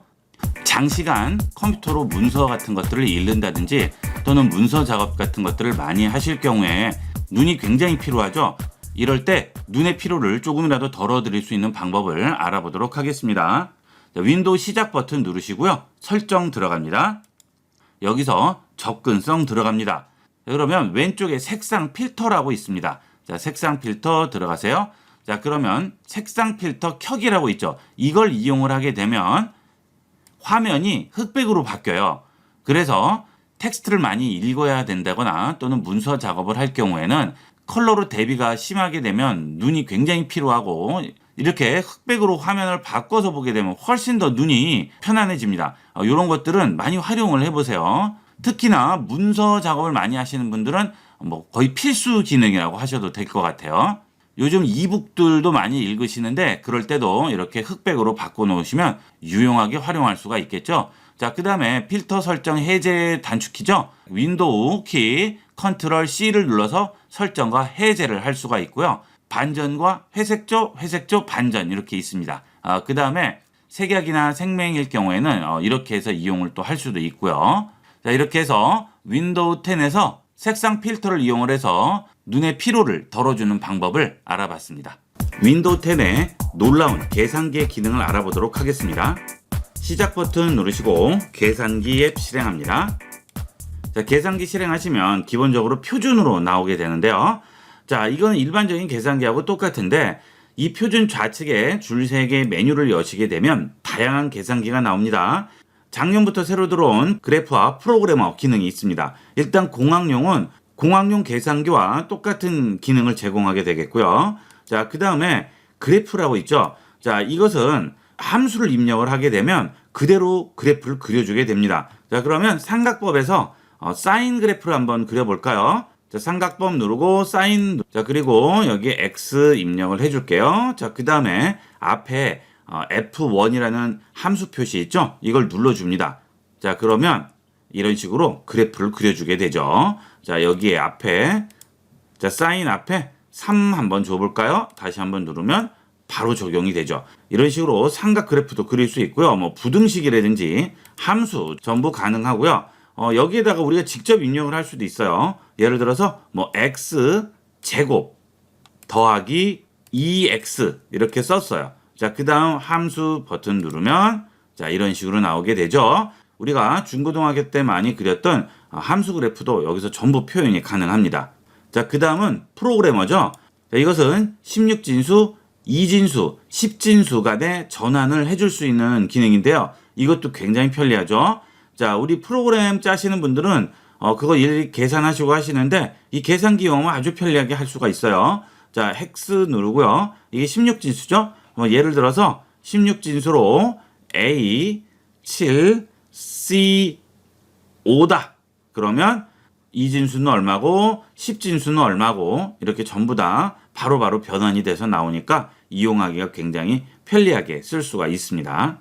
만약에 10진수에다 쓰면 또 그걸 2진수나 16진수나 이런 것들로 다 변환을 해주게 되겠죠. 자, 그 다음에 날짜 계산인데요. 요것도 굉장히 편리하게 쓸 수 있어요. 자, 예를 들어서 시작일을 이렇게 잡았어요. 그러면 종료일까지의 차이가 3주 5일이라고 나오죠. 이게 날짜 간 차이고요. 일 합산 또는 빼기죠. 자, 예를 들어서 시작일이 이날이고 추가를 2년 2개월 6일 하게 되면 연도와 월일, 요일까지 전부 확인을 해줄 수가 있습니다. 간단하게 알아볼 수가 있겠죠. 빼기도 가능합니다. 자, 그 다음에 여기 스크롤이 있죠? 쭉 내려보시게 되면 환율부터 부피 길이, 무게, 온도 우리가 계산할 수 있는 것들은 전부 계산을 해주고요. 변환도 가능합니다. 부피 같은 것들을 정했을 때는 예를 들어 2.5리터가 몇 온스인지 알고 싶어요. 그러면 자, 이렇게 주고요. 리터를 써주는 거죠. 2.5리터 그렇게 되면 온수로는 이렇게 나온다. 그 다음에 아래쪽에 갤런이라든지 쿼트, 커피잔으로 얼마 아주 편리하죠. 예, 이거 정말 쓸모가 많습니다. 이 윈도우 계산기 하나면 뭐 거의 모든 계산과 단위 간의 전환이 전부 가능해요. 이렇게 해서 윈도우 10의 계산기의 다양한 기능들을 알아봤습니다. 윈도우 10에서 중요한 자료나 남들이 보면 안 되는 일기나 금융과 관련된 자료들을 숨겨주는 방법을 알아보도록 하겠습니다. 윈도우 10에서 바탕화면에 있는 폴더나 파일을 가리는 방법은 여러 가지가 있는데요. 그런 방법으로 가리더라도 일단 드래그해서 이렇게 구역 안에 들어오면 선택이 다 됩니다. 하지만 이 방법은 아예 선택도 안 되고 폴더 자체를 가려주는 거기 때문에 가장 안전하고 빠르게 쓸 수 있는 방법이 되겠습니다. 자, 우선 윈도우 시작 버튼 누르시고 아래쪽에 윈도우 시스템으로 갑니다.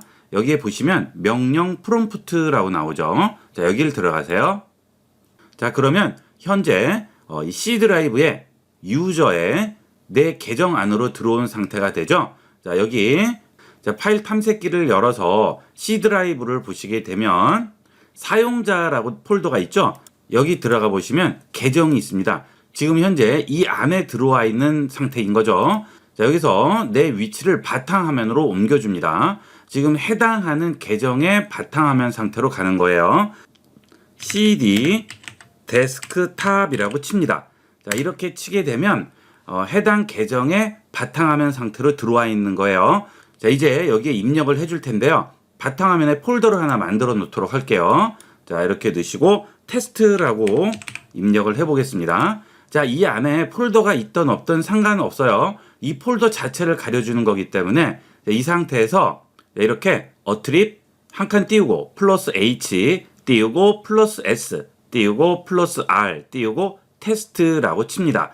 자, 이것은 폴더명이 되겠죠. 여러분이 만약에 여기에 여러분이 원하는 폴더명을 썼을 경우에 이 부분에 그 폴더명하고 똑같이 써주시면 되겠습니다. 자, 이 상태에서 엔터를 치세요. 자, 그러면 흐려졌다가 바로 사라져 버리죠. 예, 이렇게 하면 가려진 거예요. 자, 이렇게 해주면 드래그해서 구역을 선택을 해도 전혀 보이지 않고 선택도 되지 않습니다. 혹시나 바로 가려지지 않으실 경우에는 휴지통에 한번 넣었다가 다시 빼도록 하세요. 그러면 없어지게 됩니다. 자, 그러면 절대 찾을 수가 없겠죠. 자, 그 다음 다시 나타나게 해볼까요? 자, 이번에는 어트립 띄우고 마이너스 H 띄우고 마이너스 S 띄우고 마이너스 R 띄우고 테스트 이렇게 칩니다. 자, 여기서 플러스만 마이너스로 바뀐 거예요. 나머지는 똑같죠. 자, 이 테스트도 폴더명 그대로 써주시는 거죠. 엔터 칩니다. 자, 그러면 바로 보이게 되겠죠. 이렇게 간단하게 내가 원하는 폴더를 가려줄 수가 있습니다. 한 가지 단점은 이렇게 명령 프롬프트를 열어서 그때마다 이렇게 써주셔야 된다는 거죠. 하지만 이 방법이 다른 사람은 절대 찾을 수 없도록 확실하게 가리는 방법이 되겠습니다. 자, 이 명령어는 본 영상의 설명란에 올려놓았으니까 그대로 복사해서 이용하시면 되겠어요. 자, 이렇게 해서 윈도우 10에서 바탕화면에 있는 폴더를 가려주는 방법을 알아봤습니다. 윈도우 10의 알림 설정 및 관리 방법에 대해서 알아보도록 하겠습니다. 자, 윈도우 10의 작업 표시줄 하단 우측에 보시면 여기에 알림 버튼이 보이죠? 자, 여기 알림 버튼을 누르시게 되면 지금 현재 알림들을 전부 확인을 해볼 수가 있고요. 이 알림들을 지울 수가 있겠죠. 해당 알림만 지우려면 그 알림만 닫아주시면 되는 거죠. 이런 식으로 이용하고요. 자, 그 다음 알림 관리로 들어가도록 하겠습니다. 자, 일단 이 알림이 계속 지속적으로 오는 게 싫으신 경우에는 여기 앱 및 다른 사람이 보내는 알림을 켜지 않고 끄는 걸로 받지 않게끔 바꿀 수가 있겠죠. 자, 그 다음은 알림을 받더라도 잠금 화면에 알림이 이렇게 뜨는 걸 원하지 않을 경우에는 잠금 화면에 알림 표시를 꺼주시면 되겠고요. 또는 소리 나는 것도 싫으시면 알림 소리도 꺼주실 수가 있습니다. 자, 이렇게 기본 알림 설정을 하고요. 자, 그 다음에 아래쪽에 내려가시면 앱 알림 받기라고 나오죠. 자, 여러분 컴퓨터에 설치되어 있는 앱들이 알림을 보내게 되죠. 그런 알림들을 받기 싫으실 경우에는 그 부분만 꺼주시면 되겠습니다. 자, 예를 들어서 크롬에서 오는 알림은 받되 다른 것들은 끄고 싶다. 그러면 그 부분만 가서 꺼주시면 되겠죠. 자, 그 다음은 여기 알림 버튼을 눌렀을 때 여기에 있는 기본 바로가기 버튼들이 나오죠. 자, 이런 것들이 전부 알림을 보내주게 되는데, 자, 이런 것들도 여기 바로가기 편집을 눌러서 필요 없는 거는 지워줄 수가 있습니다. 그리고 추가를 해줄 수도 있겠죠. 자, 그 다음 그 해당 앱에서 알림을 설정하는 방법이 있겠습니다. 자, 예를 들어서 크롬에서 오는 알림을 킬 경우에 이 크롬을 눌러주게 되면 자, 알림이 켜지고 알림 배너 표시 나오게끔 이렇게 설정을 해놨죠. 그리고 알림 센터에 알림 표시라고 나와 있죠. 자, 이 크롬에서 오는 알림은 받고 싶은데 이렇게 중간중간 뜨는 건 싫고 여기에만 나오면 좋겠어요. 그러면 이걸 꺼줍니다. 그러면 이렇게 중간중간 나오지는 않고요. 나중에 여기에서만 한꺼번에 확인을 해줄 수가 있겠죠. 이런 식으로 이용할 수 있고요. 자, 여러분 컴퓨터가 잠금 화면에 있을 때 알림이 뜨는 걸 원하지 않아요. 여러분이 잠시 자리를 비웠는데 개인적인 그런 알림들이 막 뜨면 싫어요. 그러면 여기서 꺼주시면 되겠죠. 자, 이렇게 해서 알림을 설정하고 관리하는 방법을 알아봤습니다. 드라이브 속성의 도구에 대해서 알아보도록 하겠습니다. 자, 작업 표시줄에서 파일 탐색기를 여시게 되면 내 드라이브들을 확인을 해줄 수가 있겠죠. 자, 여기서 내 PC를 누르시고요. 여러분 지금 설치되어 있는 드라이브로 들어갑니다. 자, 이 드라이브에서 우측 버튼을 눌러주세요. 자, 그 다음 아래쪽에 속성으로 들어갑니다. 자, 그러면 지금 사용 중인 공간과 사용 가능한 공간이 나오게 되겠죠. 자, 여기서 도구로 들어갑니다. 자, 그러면 드라이브 파일 시스템 오류가 있는지 검사한다고 하죠. 여러분 컴퓨터에 설치되어 있는 하드디스크는 하루에도 수천 번씩 썼다 지웠다를 반복을 하기 때문에 수명이 한계가 있을 수밖에 없겠죠. 자, 그럴 때 이 드라이브에 오류가 있게 되면 저장한 파일이 깨진다든지 아니면 시스템이 다운된다든지 재시동이 멋대로 된다든지 이런 문제가 생길 수가 있습니다. 그리고 자꾸 에러 메시지가 나오게 되죠. 자, 그럴 때는 드라이브에 오류가 있는지를 한 번씩 검사를 해주시는 걸 권합니다. 자, 검사 버튼을 누르시게 되면 자, 드라이브를 검사할 필요가 없으면 검사할 필요가 없다고 나오고요. 검사할 필요가 있을 경우에는 검사하라고 나오게 됩니다. 자, 이때 드라이브 검사를 해주시게 되면 이런 식으로 드라이브를 검사를 하게 되고요. 시간은 약간 걸릴 수 있겠죠. 자, 이렇게 해서 드라이브를 전부 검사를 하게 되면 결과 보고서를 보여주게 됩니다. 자, 드라이브에 문제가 없을 때는 이렇게 오류가 발견되지 않았다고 나오게 되죠. 자, 그 다음에 컴퓨터가 가끔씩 멈춤 현상이 있다든지 아니면 속도가 좀 느려졌다라고 생각이 되시면 드라이브를 최적화를 한 번씩 해주시게 되면 여러분이 많이 쓰는 파일들은 한 곳으로 모으고 쓰지 않는 파일들은 또 다른 구역으로 몰아서 윈도우에서 이 드라이브를 검색을 할 때 조금 더 빨리 검색을 해줄 수가 있습니다. 물론 이 최적화와 조각 모음을 한다고 컴퓨터 속도가 비약적으로 빨라지진 않지만 이런 작은 것들을 다 해줌으로써 전체적인 속도를 어느 정도 올려줄 수가 있겠죠. 그래서 이 최적화도 가끔 해주시는 걸 권해요. 최적화를 해주시게 되면 어떤 드라이브 최적화할 건지 물어보죠. 여기서 원하는 드라이브 선택을 하시고요. 최적화 버튼만 눌러주시면 바로 최적화해주게 됩니다. 금방 돼요, 생각보다. 자, 금방 끝났죠? 예, 그렇게 해서 최적화를 해서 이용을 하시면 좀 더 빠르게 이용할 수 있고요. 자, 그 다음 여러분이 자주 쓰시는 USB 있죠? 이 USB 메모리는 굉장히 불안정한 거예요, 사실. 그래서 자료를 보관한다든지 장기적으로 저장할 때는 이 USB 메모리에다가는 저장 안 하는 게 좋죠. 간단하게 저장할 때, 파일을 이동할 때만 쓰는데 그만큼 이 USB 메모리도 오류가 잘 납니다. 그럴 경우에도 검사를 해서 이용을 하시면 훨씬 안전하게 이용할 수 있죠. 우측 버튼 눌러주시고 속성 들어가셔서 자, 여기서 도구에서 검사를 해주는 거죠. 이거 USB도 똑같이 검사를 해주는 거예요. 자, 이렇게 이용을 하시면 저장 공간을 훨씬 더 안전하고 빠르게 이용을 하실 수가 있겠습니다. 이렇게 해서 드라이브 속성에 도구에 있는 드라이브 검사에 대해서 알아봤습니다. 윈도우 10의 파일 탐색기에 대해서 알아보도록 하겠습니다. 윈도우 10의 아래쪽에 있는 작업 표시줄에 보시면 이 폴더 모양이 있죠. 이게 파일 탐색기가 되겠습니다. 이 파일 탐색기를 열어주시게 되면 현재 내 컴퓨터에 드라이버라든지 또는 최근 사용한 파일, 그 다음 USB가 꽂혀 있을 경우 USB 이런 것들을 전부 보여주게 되는데요. 이 파일 탐색기를 잘 이용을 하셔야 됩니다. 자, 보통 파일 탐색기를 잘 이용을 안 하시고 이용을 하시더라도 이 기능을 잘 이용 안 하시는데 이건 꼭 이용해 보도록 하세요. 자, 여러분들이 외부에서 USB를 사용하다가 여러분이 쓰시는 컴퓨터에 USB를 꽂았습니다. 그러면 이렇게 나오게 되겠죠. 자, 여기서 바로 여시는데 절대 그렇게 하지 마시고요. 바이러스를 체크하시고 열어주시는 걸 권합니다. 자, 이렇게 USB를 꽂으셨을 경우에 그 USB가 뜨게 되는데 이 USB를 클릭을 하시게 되는 순간 바이러스가 있다면 그 바이러스는 내 컴퓨터로 들어오게 되는 거죠. 절대 이런 식으로 USB를 클릭을 해서 그 내용이 보이면 안 되는 겁니다. 자, 이게 보이지 않는 상태여야 돼요. 처음에 USB를 꽂으면 이렇게만 나오겠죠. 자, 이렇게 나오거나, 그렇죠? 자, 이 상태에서 우측 버튼을 눌러서 여기서 마이크로소프트 디펜더로 검사를 해주도록 하세요.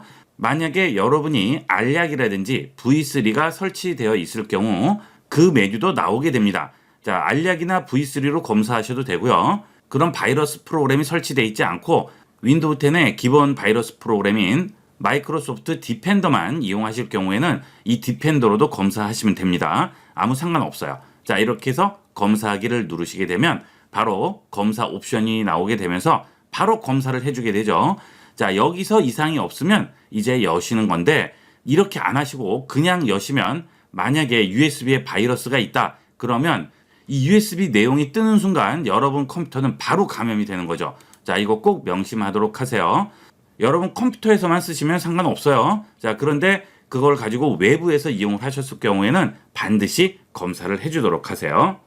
자, 그 다음은 지금 보셨다시피 파일 탐색기에서 내 PC를 누르게 되면 자, 아래쪽으로 내려가 보시면 여러분 컴퓨터에 설치되어 있는 드라이버의 용량들을 전부 확인을 해볼 수가 있습니다. C 드라이브의 전체 크기와 사용 가능한 용량, D 드라이브, 그 다음에 USB까지 전부 확인이 가능하죠. 이런 식으로 다른 프로그램 같은 것들 이용하지 않으셔도 설치된 드라이브 용량과 사용 가능한 용량을 전부 확인을 해줄 수가 있습니다. 자, 그 다음에 웹브라우저에서 파일을 내려받거나 다른 웹사이트에서 파일을 내려받았을 때 그 파일이 어디 있는지 잘 못 찾으시는 경우가 많은데요. 그것은 좌측에 보면 내 PC 아래에 다운로드 있죠. 자, 여기에 들어가 보시면 지금까지 다운로드 받았던 파일들을 전부 확인을 해볼 수가 있습니다. 자, 이런 식으로 확인을 해보시고 필요하신 파일이 있으시면 자, 선택을 하셔서 다시 꺼내 주시면 되겠죠. 자, 그럼 바로 나오죠. 이렇게 이용을 하시면 되겠습니다. 자, 여러분들이 다운로드를 많이 받으시는 경우에는 이렇게 다운로드 받은 파일도 정리를 한 번씩 해 주셔야 되겠죠. 자, 정리를 해 주실 때는 아무 파일이나 하나 선택을 해 주세요. 그 다음 컨트롤 A 하신 다음에 딜리트 키, 키보드에 딜리트 키 있죠? 딜리트 키 눌러 주시게 되면 전부 지워지게 되고요. 이렇게. 자, 그 다음 함부로 지울 수 없는 파일들은 이렇게 확인을 하게 되겠죠. 자, 이렇게 해서 다운로드한 파일도 확인하고 간단하게 삭제할 수가 있습니다. 이렇게 해서 윈도우 10의 파일 탐색기의 기본 기능에 대해서 알아봤습니다. 윈도우 10의 작업 표시줄을 활용하는 방법을 알아보도록 하겠습니다. 자, 이 작업 표시줄에는 의외로 많은 기능들이 숨어 있어요. 그 기능 중에서 가장 기본적이고 유용하게 쓰일 수 있는 것들을 알아보도록 하겠습니다.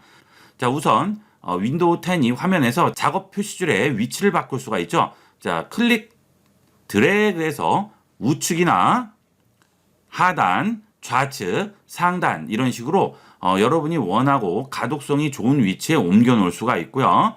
자, 그 다음 이 작업 표시줄의 우측 버튼을 누르시게 되면 작업 표시줄 잠금이라고 나오게 되죠. 이 작업 표시줄을 잠궈버리면 움직일 수가 없겠죠. 고정되게 됩니다. 자, 마우스 조작을 잘못하시는 바람에 이게 막 우측에 붙고 하면 정신이 없어요. 그럴 때는 아예 이렇게 잠금을 해줘버리면 하단에 고정이 되게 되겠죠. 또는 상단이나 좌우측에 고정해 놓을 수도 있겠죠. 자, 그리고 이게 계속 보여서 프로그램이나 웹 서칭할 때 불편해요. 그럴 때는 감춰줄 수도 있죠. 우측 버튼을 누르시고요. 작업 표시줄 설정으로 들어갑니다. 자, 여기에 데스크톱 모드에서 작업 표시줄 자동 숨기기라고 있어요. 자, 이것을 켜주시게 되면 바로 숨겨지죠. 마우스를 하단으로 가져가서 붙이면 나오고 바깥으로 꺼내면 숨겨지게 됩니다. 이렇게 하면 윈도우 창을 좀 더 넓게 사용할 수가 있겠죠. 저는 여러분 보여드려야 되기 때문에 끄고 이용하도록 하겠습니다. 자, 그 다음 작업 표시줄의 우측 버튼을 누르시고 작업 보기 단추 표시, 자, 이 부분도 되도록이면 켜고 이용을 하도록 하세요. 자, 끄면 여기 있던 거 없어졌죠? 다시 키면 여기 있던 거 나타나죠? 자, 이걸 눌러보시게 되면 여러분이 이 컴퓨터에서 지금까지 했던 작업들을 전부 보여주게 됩니다. 물론 인터넷 검색을 했다거나 이런 것들은 나오지 않고요. 지금까지 했던 작업들을 보여주게 됩니다. 프로그램과 그 다음에 어떤 파일로 작업을 했는지를 전부 보여주게 되겠죠. 자, 그 다음 이 작업 보기 기능이 편리한 이유는 여러분들이 컴퓨터에서 여러 가지 프로그램들을 실행을 하고 웹브라우저도 열고 여러 가지 작업들을 하고 있는 상황에서는 한 화면에 창이 여러 개 열려 있으면 작업하기가 굉장히 불편하죠. 자, 예를 들어서 이렇게 여러 가지 작업들을 동시에 해야 될 경우에 이거 썼다가 왔다 갔다 하려면 굉장히 불편해요. 창들이 여러 개 있으면. 그럴 때는 여기 있는 작업 보기를 누르시고요. 새 데스크톱을 하나 만드세요. 자, 그 다음 여기서는 포토샵을 실행하는 겁니다. 아까 데스크탑 화면에서는 엑셀을 실행하는 거고 또 하나를 만들어서 웹브라우저를 이용하게 되는 거죠. 자, 여기를 누르신 다음에 아까 데스크톱 1로 갑니다. 자, 여기서 엑셀도 종료하고요. 여기는 웹브라우저도 종료할게요. 자, 여기서 포토샵을 실행을 했어요. 자, 그 다음 작업 보기를 누르시고요. 데스크톱 2를 하나 더 엽니다. 자, 여기서는 웹브라우저를 열었습니다. 자, 웹에서 여러 가지 검색들을 하고 작업들을 합니다. 자, 그 다음 다시 또 누르시고요. 이번에는 데스크톱 3을 만듭니다. 그렇죠? 자, 3을 선택하신 다음에 자, 여기서는 워드를 실행하도록 하겠습니다. 자, 그러면 데스크톱 1에는 포토샵이 있고요. 2에는 웹브라우저가 열려 있죠. 3에는 워드가 열려 있습니다. 자, 이렇게 한 데스크톱 화면에서 동시에 열지 말고 데스크톱 화면을 여러 개를 만들어 놓고 해당 작업을 하는 곳에 가서 그것만 이용을 하시면 헷갈리지 않게 간편하게 이용을 할 수가 있겠죠. 자, 예를 들어서 워드 작업을 할 때는 이렇게 워드만 열어놓고 작업을 하시고요. 다시 누르시고 이번에는 웹서핑을 하면 또 이쪽으로 가는 거죠. 여기서 웹서핑을 하게 됩니다. 자, 그 다음 또 포토샵 작업을 하실 경우에는 포토샵이 실행되어 있는 데스크톱으로 가는 거죠. 자, 이렇게 간단하게 왔다 갔다 이용을 할 수 있어요. 정말 편리하게 이용할 수 있습니다. 이 기능을 잘 안 쓰시는데 많이 활용을 해보세요. 자, 필요 없으실 때는 이 위에 마우스를 얹게 되면 X라고 나오죠? X로 닫아주시면 되겠죠. 그러면 하나만 남고요. 다시 원상태로 돌아가게 되면 한꺼번에 다 열려있게 되겠죠. 자, 이 데스크톱 화면을 여러 개 만든다고 해서 속도에 영향을 준다거나 그런 건 없습니다. 한 화면에서 여느냐, 따로따로 열어놓느냐의 차이밖에는 없죠. 자, 그 다음 웹 브라우저나 또는 프로그램들을 실행을 할 때 여러 개의 창을 열게 되면 자, 이런 식으로 마구 겹쳐서 막 나오는 경우도 있고 아예 가려서 나와서 이렇게 움직이게 되죠. 자, 이럴 경우에 좀 더 간편하게 창들을 정리해주는 기능이 있습니다. 자, 여기 작업 표시줄에 우측 버튼 누르고요. 계단식 창 배열, 가로 정렬, 세로 정렬 이렇게 세 개 중에 원하는 걸 선택을 하시면 창이 열릴 때마다 이런 식으로 정렬이 되게 됩니다. 계단식 창 배열로 해볼게요. 자, 그러면 열려있던 창들이 간편하게 정리가 되죠. 자, 그러면 이번에는 가로 정렬을 보기로 하면 이런 식으로 정렬이 되고요. 자, 그 다음 세로 정렬 보기로 하면 세로로 정렬이 되게 됩니다. 창들이 많이 열려있을 경우에는 간단하게 열려있는 창들을 정리를 해줄 수가 있겠죠. 자, 이렇게 해서 작업 표시줄을 활용하는 기본적인 방법에 대해서 알아봤습니다. 윈도우 10의 메모리 진단 도구에 대해서 알아보도록 하겠습니다. 자, 여러분들이 컴퓨터를 쓰시다가 보면 자꾸 다운이 된다든지 블루 스크린이 자꾸 뜬다든지 갑자기 얼음 현상이 있는다든지 정지되는 거죠. 자, 이런 게 자주 빈번하게 있을 경우에는 반드시 메모리 체크를 해보셔야 되겠습니다. 자, 메모리 체크를 하는 방법은 윈도우스 메모리라고 칩니다. 자, 윈도우스 맥까지만 쳐도 바로 나오죠. 자, 여기서 메모리 진단을 관리자 권한으로 실행을 하세요. 자, 관리자 권한 실행합니다. 자, 로그인 암호를 이용해서 들어가 주셔야 되겠습니다. 그러면 컴퓨터에서 메모리 문제 확인이라고 나오게 되죠. 자, 이 메모리 진단을 이용하게 되면 바로 컴퓨터를 다시 시작하면서 파란색 화면에서 메모리를 진단을 해주게 됩니다. 물론 시간은 좀 걸립니다. 메모리 용량이 많으실 때는 더 걸리겠죠. 자, 그 다음 지금 당장 하지 않고 모든 작업이 끝난 다음에 컴퓨터를 다시 시작을 할 때 그때 할 수도 있겠죠. 어쨌든 이런 식으로 해서 메모리를 확인을 해보시고요. 만약에 문제가 조금이라도 있다, 한 군데라도 있다 할 경우에는 그 컴퓨터는 자주 다운된다고 보시면 됩니다. 그래서 그런 경우에는 메모리를 AS를 받으셔야 되겠죠. 메모리 카드에 보시면 각 제조사들이 있죠. 한국에 있는 총판들이 있습니다. 네이버에서 찾으셔서 그 총판에서 AS를 받으시면 되겠죠. 자, 이 메모리는 컴퓨터의 잦은 다운이라든지 재시동 이런 것들은 거의 80% 이상이 이 메모리의 문제예요. 그리고 이 메모리가 영구적인 게 아니고 소모품이기 때문에 메모리가 나가버리는 수가 굉장히 많습니다. 그러니까 컴퓨터에 문제가 됐을 때는 이 메모리 체크부터 항상 먼저 해주도록 하세요. 윈도우 10의 작업 관리자에서 컴퓨터의 기본 사양을 확인하고 설치된 여러 가지 기기들의 작동 상황을 살펴보는 방법을 알아보도록 하겠습니다. 자, 작업 관리자는 작업 표시줄에 우측 버튼 누르고 작업 관리자로 들어가셔도 되고요. 아니면 여기서 작업 관리자를 아예 찾으셔도 되겠습니다. 검색창에 작업 관리자라고 치시면 바로 나오게 되죠. 줄 중에 편한 걸 이용하시면 되겠습니다. 자, 작업 관리자 들어갑니다. 자, 그러면 일단 프로세스가 나오게 되겠습니다. 지금 내 컴퓨터에서 실행되고 있는 여러 가지 프로그램들을 한눈에 보여주게 되겠죠. 여기서 내가 지금 이렇게 당장 쓰고 있는 프로그램이 아닌데도 엄청나게 높은 CPU 이용률을 보여준다. 그러면 그거는 뭔가 문제가 있는 거죠. 그 프로그램은 삭제를 하시든지 잘 살펴보셔야 되겠습니다. 바이러스나 해킹 관련 툴들이 설치되어 있을 경우에는 이 CPU 사용률이 20, 30%를 훌쩍 넘어서 50%, 60%까지 올라가는 경우도 있어요. 그러니까 내가 쓰는 프로그램인지 아닌지를 우선 확인하셔야겠죠. 이건 저는 지금 녹화용으로 사용하는 프로그램이기 때문에 지금 계속 제일 높은 사용률을 보여주고 있고요. 자, 그 다음에 GPU 사용률도 보도록 하세요. 자, 내가 쓰지 않는 건데도 GPU 사용률이 굉장히 높아요. 이런 것들은 바이러스를 감염시키기 위해서 내 컴퓨터를 매개체로 사용할 수도 있고 일종의 계산기 같이 내 컴퓨터를 쓰는 경우도 있습니다. 해커가. 자, 그러니까 그럴 경우에는 잘 살펴보셔야 되겠죠. 이 두 가지만 일단 잘 살펴보시면 알 수가 있겠어요. 그 다음 네트워크 사용률이 엄청나게 높아요. 이거는 문제가 있는 거죠. 내가 지금 뭔가 다운을 받고 있거나 이런 것들이 아닌데도 사용률이 높으면 이것도 문제가 될 수 있겠죠. 자, 이 세 가지 잘 살펴보도록 하세요. 자, 그 다음에 프로세스 옆에 보면 성능이라고 나오게 되죠. 성능 들어갑니다. 자, 그러면 CPU, 메모리, 디스크, 이더넷, GPU 이렇게 나오게 되죠. CPU는 내 컴퓨터에서 제일 중요한 부분이 되겠죠. 머리에 해당하는 CPU가 되겠습니다. 자, 가끔 컴퓨터 뭐 업그레이드 어떻게 해야 되나요? 이렇게 물어보시는 분도 있고 컴퓨터가 뭐 이런 게 문제가 있습니다 하고 물어보는 경우도 있는데 본인의 사양 자체를 모르는 분이 의외로 많습니다.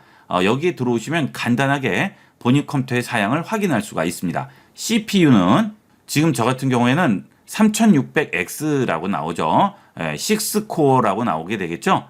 코어와 스레드 뭐 이렇게 많이들 얘기하잖아요. 코어는 실제 계산기가 6개가 있다는 뜻이고요. 스레드는 이게 논리 프로세서예요. 스레드, 논리 프로세서는 이거의 2배가 되죠. 자, 이건 뭐냐면 계산기 하나를 2명이 동시에 쓰는 거예요. 내가 계산을 끝낸 다음에 옆에다가 계산 결과를 쓸 때 다른 사람은 그걸로 또 계산을 하는 거죠. 자, 그렇게 해서 하나의 코어를 둘이서 나눠 쓰는 겁니다. 동시 작업이 되는 거죠. 그래서 최대한 활용을 하는 겁니다. 이 CPU를. 자, 이게 코어와 스레드가 되겠는데 여러분 CPU의 코어와 스레드는 높을수록 좋은 거죠. 자, 이렇게 해서 CPU를 확인을 해볼 수 있고요. 메모리 누르시면 지금 설치된 메모리 용량이 나오게 되고요. 디스크 보시면 어떤 디스크인지, 그 다음 여기도 어떤 디스크인지 확인을 해볼 수 있고요. 이 디스크마다 밑에 용량이 나와요. 그렇죠? 요거는 대략 500기가 정도 되네요. 그죠? 그 다음 요거는 USB 드라이브고요. 자, 그 다음에는 이더넷이죠. 이거는 인터넷 연결되어 있는 이더넷이 되겠습니다. 자, 그 다음에 아래쪽은 GPU가 되게 돼요. 이게 그래픽 카드가 되겠습니다. 본인 그래픽 카드 사양도 여기서 확인을 해볼 수가 있겠죠. 그리고 GPU 메모리는 8기가. 그렇죠? 자, 이 그래픽 카드는 똑같은 카드라도 그래픽 카드의 메모리 용량이 다를 수가 있습니다. 그러니까 그래픽 카드 명과 그 다음에 메모리 용량 이것도 같이 확인을 하셔야 되겠고요. 이렇게 해서 CPU, 메모리, 디스크, 그 다음에 그래픽 카드까지 여러분 컴퓨터에 설치되어 있는 가장 기본적인 사양을 확인을 해볼 수가 있습니다. 자, 이렇게 알고 계시면 혹시나 무슨 문제가 생겨서 사양을 얘기해야 될 때는 간단하게 이 내용으로 얘기를 해주시면 되겠죠. 자, 이렇게 해서 윈도우 10의 작업 관리자에서 내 컴퓨터의 기본 사양을 알아보고 현재 작동 상태를 살펴보는 방법을 알아봤습니다. 윈도우 10에서 폴더를 열었을 때 나오는 폴더 메뉴의 활용 방법에 대해서 알아보도록 하겠습니다. 자, 폴더를 열어봅니다. 자, 그러면 이런 식으로 좌측에는 경로가 나오고요. 우측에는 폴더와 파일들이 나오고 우측 제일 끝에는 미리 보기가 나오게 되죠. 자, 이때 상단 메뉴에서 보기로 들어갑니다. 그러면 일단 아이콘 사이즈를 여기서 확인을 해볼 수가 있겠죠. 자, 이런 식으로 여러 가지 형태로 아이콘을 보는 방법을 이용을 할 수 있고요. 자, 그 다음 우측에 보시면 분류 방법이라고 나오게 됩니다. 이 분류 방법에 들어가시게 되면 지금 현재는 무작위로 나와 있는데 여기서 이름을 주시게 되면 A에서 H까지, I에서 P까지 이런 식으로 알파벳 순과 기억, 니은 순으로 전부 나오고 있죠. 자, 그 다음 날짜라든지 또 유형에 대해서도 확인을 해볼 수가 있습니다. 유형끼리 전부 묶어서 나오죠. 뭐 JPG 파일, PDF 파일, 포토샵 파일, MP3 자, 이런 것들을 전부 종류별로 보여주게 되고요. 자, 다시 보시게 되면 크기라든지 길이, 만든 날짜, 사진 크기까지 전부 분류해서 보여주게 됩니다. 자, 사진 크기로 분류해서 보게 되면 이렇게 해당 사진과 위에 사이즈가 전부 다 나오죠. 그래서 일일이 들어가서 확인하실 필요 없고요. 한꺼번에 간단하게 확인을 할 수 있습니다. 보통 사진 사이즈나 이런 것들을 보시려고 우측 버튼 눌러서 속성 들어가서 여기서 자세히 들어간 다음 여기서 사진 사이즈를 확인하시는데 구태여 이렇게 할 필요가 없죠. 이 폴더 메뉴에서 분류 방법만 사진 크기로 잡아주시게 되면 폴더 안에 있는 사진을 전부 다 이렇게 분류해서 보여줍니다. 이런 것들은 파일 분류할 때 정말 편리하게 이용할 수 있으니까 꼭 한번 활용을 해보도록 하세요. 자, 그 다음 상단 보면 미리 보기 창만 있죠. 자, 미리 보기 창 여기죠. 이렇게만 돼 있으면 파일을 누르면 미리 보기만 보여주게 됩니다. 자, 예를 들어서 사진을 이렇게 눌렀을 경우에 자, 이렇게만 나오게 되는데 이때 미리 보기 아래에 세부 정보 창이라고 있습니다. 이걸 눌러주시게 되면 이 사진의 모든 정보를 한꺼번에 보여주게 됩니다. 자, 그 다음 이런 정보가 없을 경우에는 내가 정보를 넣어줄 수도 있어요. 제목과 만드니, 설명, 그 다음 카메라 제조업체까지, 카메라 모델까지 전부 다 지정을 해줄 수가 있죠. 이렇게 해서 정리해주면 나중에 한꺼번에 분류할 때 훨씬 쉽게 이용을 할 수가 있겠죠. 자, 이렇게 해서 폴더 메뉴의 유용한 활용 방법에 대해서 알아봤습니다. 윈도우 10의 배경화면 설정하는 방법을 알아보도록 하겠습니다. 배경화면에 마우스 우측 클릭을 한 후에 개인 설정으로 들어갑니다. 여기 들어오시면 제일 위에 현재 배경 상태가 보이고요. 그 아래에 보시게 되면 사진, 단색, 슬라이드쇼라고 나오죠. 사진을 주시게 되면 배경화면을 여러분이 원하는 사진으로 지정을 할 수가 있습니다. 찾아보기를 누르신 다음에 여러분이 원하는 사진을 골라주시면 되겠죠. 자, 여기서 이렇게 여러분이 원하는 사진을 지정을 해주시면 그 사진으로 바뀌게 되겠죠. 자, 이렇게 바뀌게 되겠습니다. 그 다음은 단색이 있죠. 복잡한 배경이 싫으실 경우에는 아예 단색조 사진으로 바꿔주실 수가 있습니다. 그 다음 슬라이드 쇼가 있습니다. 여러분이 원하는 폴더를 선택을 해주시게 되면 그 폴더 안에 있는 사진이 전부 슬라이드 쇼로 보여주게 됩니다. 그때 사진 한 장당 30분씩 보여지게 되죠. 이거는 여러분이 알아서 설정을 해주시면 되겠습니다. 자, 여기서 윈도우 기본 설정으로 바꾸실 때는 사용자 사진 선택 중에 여기 기본 사진이 있죠. 이거 선택을 해주시면 원래 나오던 윈도우 기본 배경 화면으로 바꿔줄 수가 있습니다. 자, 그 다음에 이 우측에 보시게 되면 마이크로소프트에서 매일 새로운 배경 화면을 얻기라고 나오죠. 자, 여기에 들어가시게 되면 마이크로소프트에 들어오게 되면서 이 마이크로소프트에서 제공하는 여러 가지 기본 배경 화면을 선택을 해줄 수가 있어요. 이거는 전부 무료로 이용을 할 수가 있습니다. 매번 새로운 기분으로 컴퓨터를 이용하실 수가 있겠죠. 여기서 지금 설치해 주시게 되면 바로 설치가 되게 됩니다. 그러면 다양한 이 배경화면 월페이퍼를 이용을 하실 수가 있어요. 자, 그 다음은 아래쪽에 보면 잠금화면이 있죠. 잠금화면 배경도 바꿔줄 수가 있습니다. 저는 윈도우 추천으로 해놨는데요. 이것을 여러분이 원하는 사진이나 슬라이드 쇼로 이용을 할 수 있는데 이거보다는 윈도우 추천으로 해주시는 걸 권합니다. 그러면 매번 잠금 화면에 진입할 때마다 다양한 세계 곳곳의 여러 가지 사진들을 보여주게 됩니다. 매번 이런 다양한 사진들을 감상할 수 있어서 굉장히 쓸모가 많아요. 윈도우 추천으로 잠금 화면 설정은 꼭 한번 해보도록 하세요. 자, 그리고 아래 보시면 잠금 화면의 빠른 상태를 표시할 앱 선택이라고 나오죠. 잠금 화면 상태에서 내가 원하는 앱을 지정을 해두시면 바로 진행이 되겠죠. 그 대신 이 표시할 앱은 윈도우 10에서 제공하는 기본 앱만 가능합니다. 눌러보시면 저는 지금 일정만 잡아놨죠. 그러면 잠금화면 상태에 날짜가 나오고 시간이 나오게 되겠죠. 자, 알람 및 시계를 하실 수도 있고요. 메일이라든지 날씨, 메모 여러 가지를 이용할 수 있죠. 잠금화면 그냥 쓰시는 분 많은데 잠금화면의 빠른 상태 앱에는 알람 및 시계라든지 또는 일정, 날씨 이런 것들을 지정해 놓으시면 잠금화면으로 들어가서 바로 확인을 해볼 수 있으니까 아주 유용하게 쓰실 수가 있습니다. 기본은 없음으로 돼 있으실 거예요. 자, 그리고 로그인 화면에서도 이왕이면 이렇게 배경 그림이 나오면 좀 좋겠죠. 이래서 이런 것들도 꼭 켜고 이용을 해보도록 하세요. 이걸 끄게 되면 로그인 상태에서는 윈도우의 기본 배경 화면으로 나오게 되죠. 이렇게 해서 윈도우의 배경화면과 잠금화면의 배경화면을 알아봤습니다. 윈도우 10에서 음성을 녹음하는 방법을 알아보도록 하겠습니다. 윈도우 10에서 녹음을 하기 위해서는 일단 마이크가 있어야겠죠. 이 마이크는 다이소나 마트 같은 데 가시면 3,000원, 5,000원이면 구입을 하실 수 있죠. 요즘은 그런 저렴한 마이크도 품질이 굉장히 좋아요. 그래서 녹음해보면 아주 녹음이 깨끗하게 잘 됩니다. 전문적인 용도가 아니면 그 정도 마이크만 해도 충분히 활용하실 수가 있어요. 자, 그 마이크를 컴퓨터에 연결하신 후에 하단 작업 표시줄에 가시면 스피커 모양이 있죠. 자, 여기에 우측 버튼 클릭을 합니다. 그리고 소리 설정 열기로 들어가세요. 자, 그러면 출력과 입력 두 가지가 나오게 되죠. 출력 부분은 스피커에 해당하는 거고요. 자, 아래쪽에 입력을 보시면 현재 여러분이 연결한 마이크가 떠야 돼요. 그런데 만약 마이크가 나오지 않는다 그러면 눌러서 바꿔주셔야죠. 자, 이 입력 부분에 마이크가 스피커로 잡히는 경우도 많습니다. 그러니까 이걸 꼭 확인을 해주셔야 됩니다.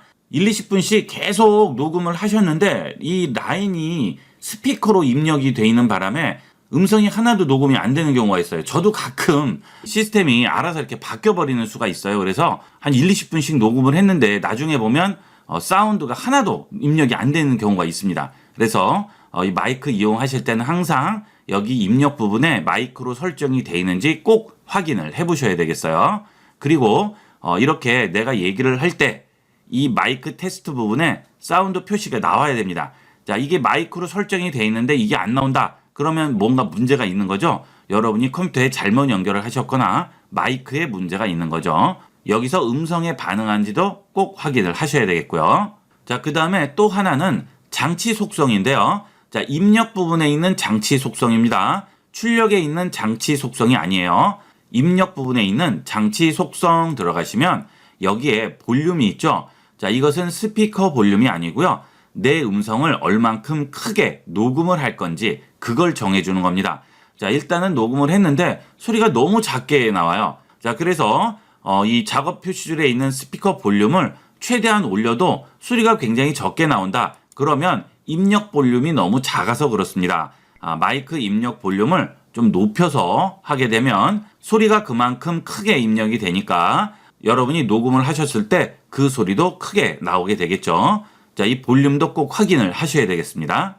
자, 이렇게 다 설정이 끝나셨으면 윈도우 시작 버튼 누르고요. 음성 녹음이라고 칩니다.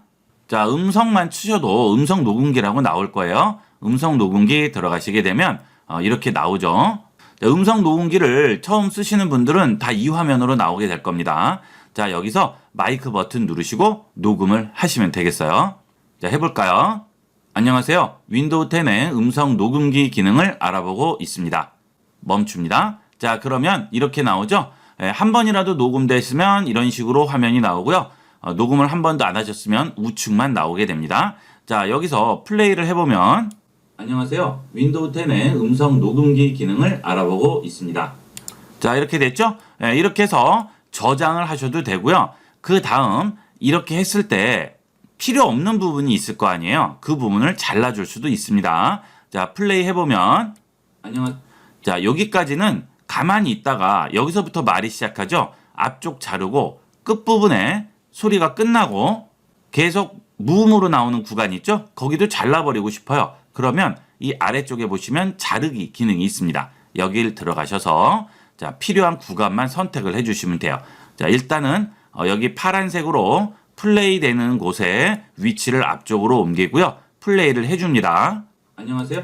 자, 여기서부터 시작하대요. 그럼 요 정도 가져다 놓고 요렇게 해줍니다. 그럼 여기서부터 안녕하세요 나오겠죠? 그래서 위치를 잡아주고요. 자, 그 다음 끝부분은 어디가 될지 음성 플레이에서 위치를 확인한 다음 그 부분에 가져다 놓으면 되겠죠.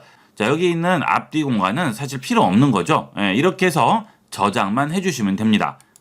그러면 지금 이 원본에 업데이트를 할 건지 아니면 복사본을 따로 저장할 건지 물어보죠. 원본 업데이트 하겠습니다. 자, 그 다음 플레이 해보면 안녕하세요. 윈도우 10의 음성 녹음기 기능을 알아보고 있습니다. 자, 이렇게 간단하게 끝났죠? 이렇게 해서 여러분이 공유하시면 되겠고요. 필요 없으면 삭제하시면 되겠습니다. 자, 그 다음 이 파일이 어디 저장되어 있는지 모르겠다. 우측 하단 점 3개 버튼 누르시고요. 파일 위치 열기 하시면 자, 해당 위치가 나오게 되죠. 자, 여기 파일이 있네요. 그죠?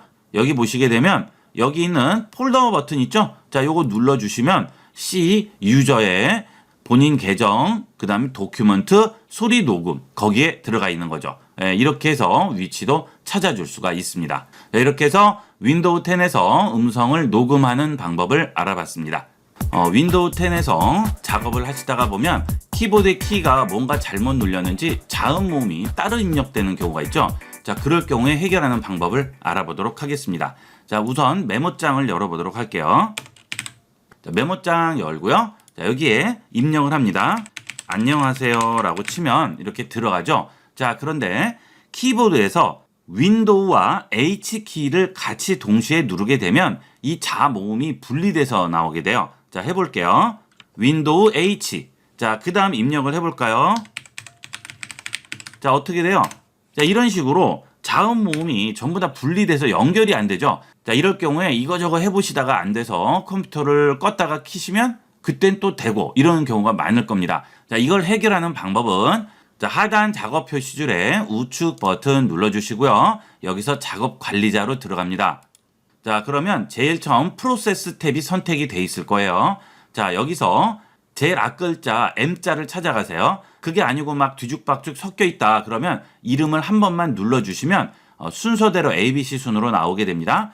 그 다음 M으로 들어가시게 되면 여기에 마이크로소프트 텍스트 인풋 어플리케이션이라는 서비스가 실행된 게 보이실 거예요. 이거를 꺼주시면 됩니다. 자, 이거는 컴퓨터가 음성 인식을 할 때 필요한 그런 기능인데 아직은 윈도우 10이 한국어 음성 인식 기능을 지원하지 않기 때문에 사실 이게 필요 없죠. 이게 충돌이 나서 그러는 겁니다. 자, 요거 우측 버튼 클릭을 하시고요. 여기서 작업 끝내기 해주세요. 그러면 종료가 돼서 안 보이게 될 거예요. 자, 그 다음 여기에 다시 입력을 해볼까요? 자, 어때요? 간단하게 입력이 되죠? 재시동을 할 필요 없이 간단하게 원래대로 돌려줄 수가 있습니다. 윈도우 10에서 키가 잘못 눌려서 자 모음이 분리됐을 때 해결하는 방법을 알아봤습니다. 자, 윈도우 10에서 마우스 커서를 눈에 잘 띄게 만드는 방법을 알아보도록 하겠습니다. 자, 우선 텍스트 커서가 되겠습니다. 자, 여러분들이 글을 입력을 하실 때 커서가 어디 있는지 헷갈려서 위치를 잘 모르시는 경우가 있죠. 특히나 화면이 클 경우에는 내가 글씨 입력을 할 때 커서가 어디 있는지 잘 모릅니다. 자, 이럴 때 간단하게 이 텍스트 컬러를 바꿔줌으로써 내가 있는 위치를 금방 알 수가 있어요. 자, 윈도우 시작 버튼 누르고요. 설정 들어갑니다. 자, 여기서 접근성 들어가세요. 그 다음 텍스트 커서라고 있죠. 이 텍스트 커서에 들어가시게 되면 텍스트 커서 표시기를 킬 수가 있습니다. 자, 이렇게 켜주시게 되면 커서 색이 이렇게 바뀜으로써 글들이 많이 있을 경우에 같은 까만색이면 위치가 가끔 어디 있는지 헷갈리는데 이렇게 하면 금방 찾을 수가 있겠죠.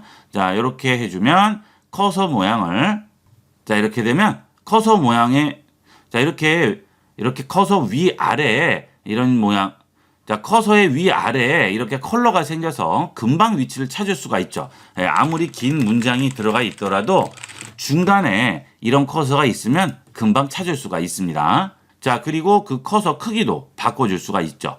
다양하게 이용을 할 수가 있습니다. 자, 그리고 이 커서가 너무 얇아서 위치 잡기가 애매할 경우에는 커서 두께도 변경이 가능합니다. 자, 이런 식으로 커서를 두께를 조절을 해줄 수가 있겠죠. 자, 그 다음에 마우스 포인터인데요. 자, 마우스 포인터가 너무 작아서 잘 안 보이는 경우가 많아요. 저도 넓은 화면에서 작업을 하다 보면 마우스가 어디 있는지 가끔씩 헷갈려서 마우스를 찾는데 자, 이때 마우스 포인터를 좀 더 키워주면 이용하기 훨씬 쉽겠죠. 자, 마우스 포인터 여기하고 같은 겁니다. 마우스 포인터 가시면 포인터 크기를 변경을 해줄 수가 있습니다.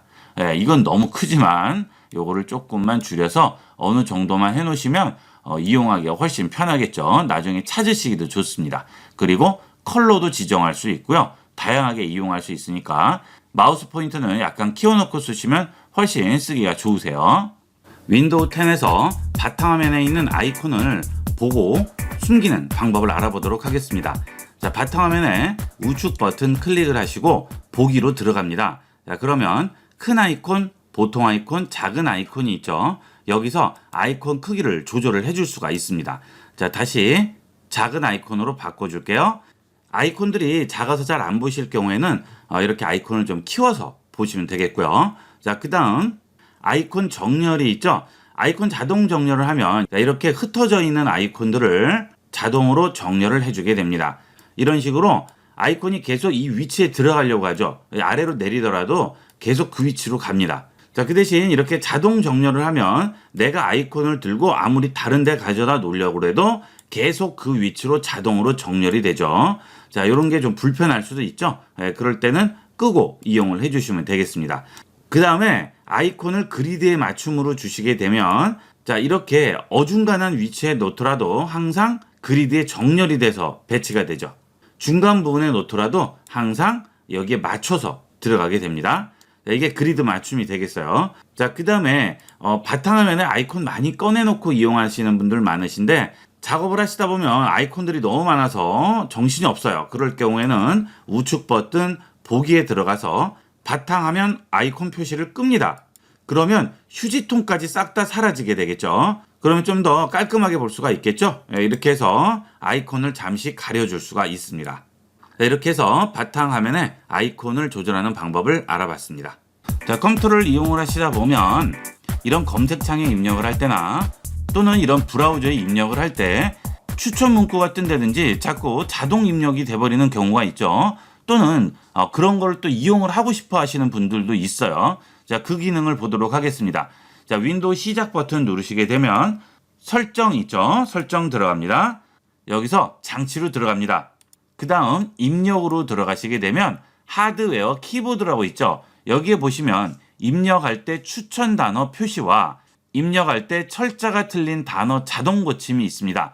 자, 여기서 추천 단어 표시를 키시게 되면 이 컴퓨터 상에서 뭔가 글씨를 입력을 할 때 추천 단어를 표시를 한다거나 또는 철자가 틀린 단어를 자동으로 고쳐버립니다. 그러니까 이런 거는 조금 불편할 수 있겠죠. 혹시나 켜져 있을 때는 끄고 이용을 하시고요. 필요하실 경우에는 켜고 이용을 하시면 되겠죠. 자, 그리고 한국어가 아니고 외국어를 입력을 하실 경우에 단어가 틀렸다든지 문구가 안 맞는 그런 문구의 경우에 제한을 해주게 됩니다. 이런 것도 좀 편리하게 이용을 할 수가 있겠죠. 이렇게 해서 키보드로 텍스트를 입력을 할 때 윈도우 10 AI가 추천 단어를 표시한다든지 틀린 단어를 자동 고친다든지 텍스트를 제한을 한다든지 하는 이런 기능들을 설정하는 방법을 알아봤습니다. 윈도우 10의 창을 정리하는 방법을 알아보도록 하겠습니다. 자, 컴퓨터를 쓰시다 보면 이렇게 창들이 많이 열리고 프로그램도 여러 개 열려놓고 왔다 갔다 정신없이 쓰시는 경우가 많은데 여기서 원하는 창을 하나 클릭해서 잡은 상태에서 이 화면의 우측이나 좌측으로 가져갑니다. 자, 그래서 거의 끝으로 오게 되면 이렇게 투명 박스가 하나 나오게 되죠. 자, 이것을 좌측으로 들고 가도 마찬가지예요. 자, 이렇게 나오죠. 이 투명 박스가 나오게 되면 마우스에 손을 놓습니다. 그러면 지금 창은 우측이나 좌측으로 붙어서 꽉 채우게 되고요. 나머지 창들이 여기에 나오게 되겠습니다. 여기서 내가 원하는 창을 선택을 해주시면 되겠죠. 자, 그러면 웹페이지 간에 뭔가 비교를 할 때 이렇게 비교를 하면서 볼 수가 있고요. 자, 만약에 얘를 내렸어요.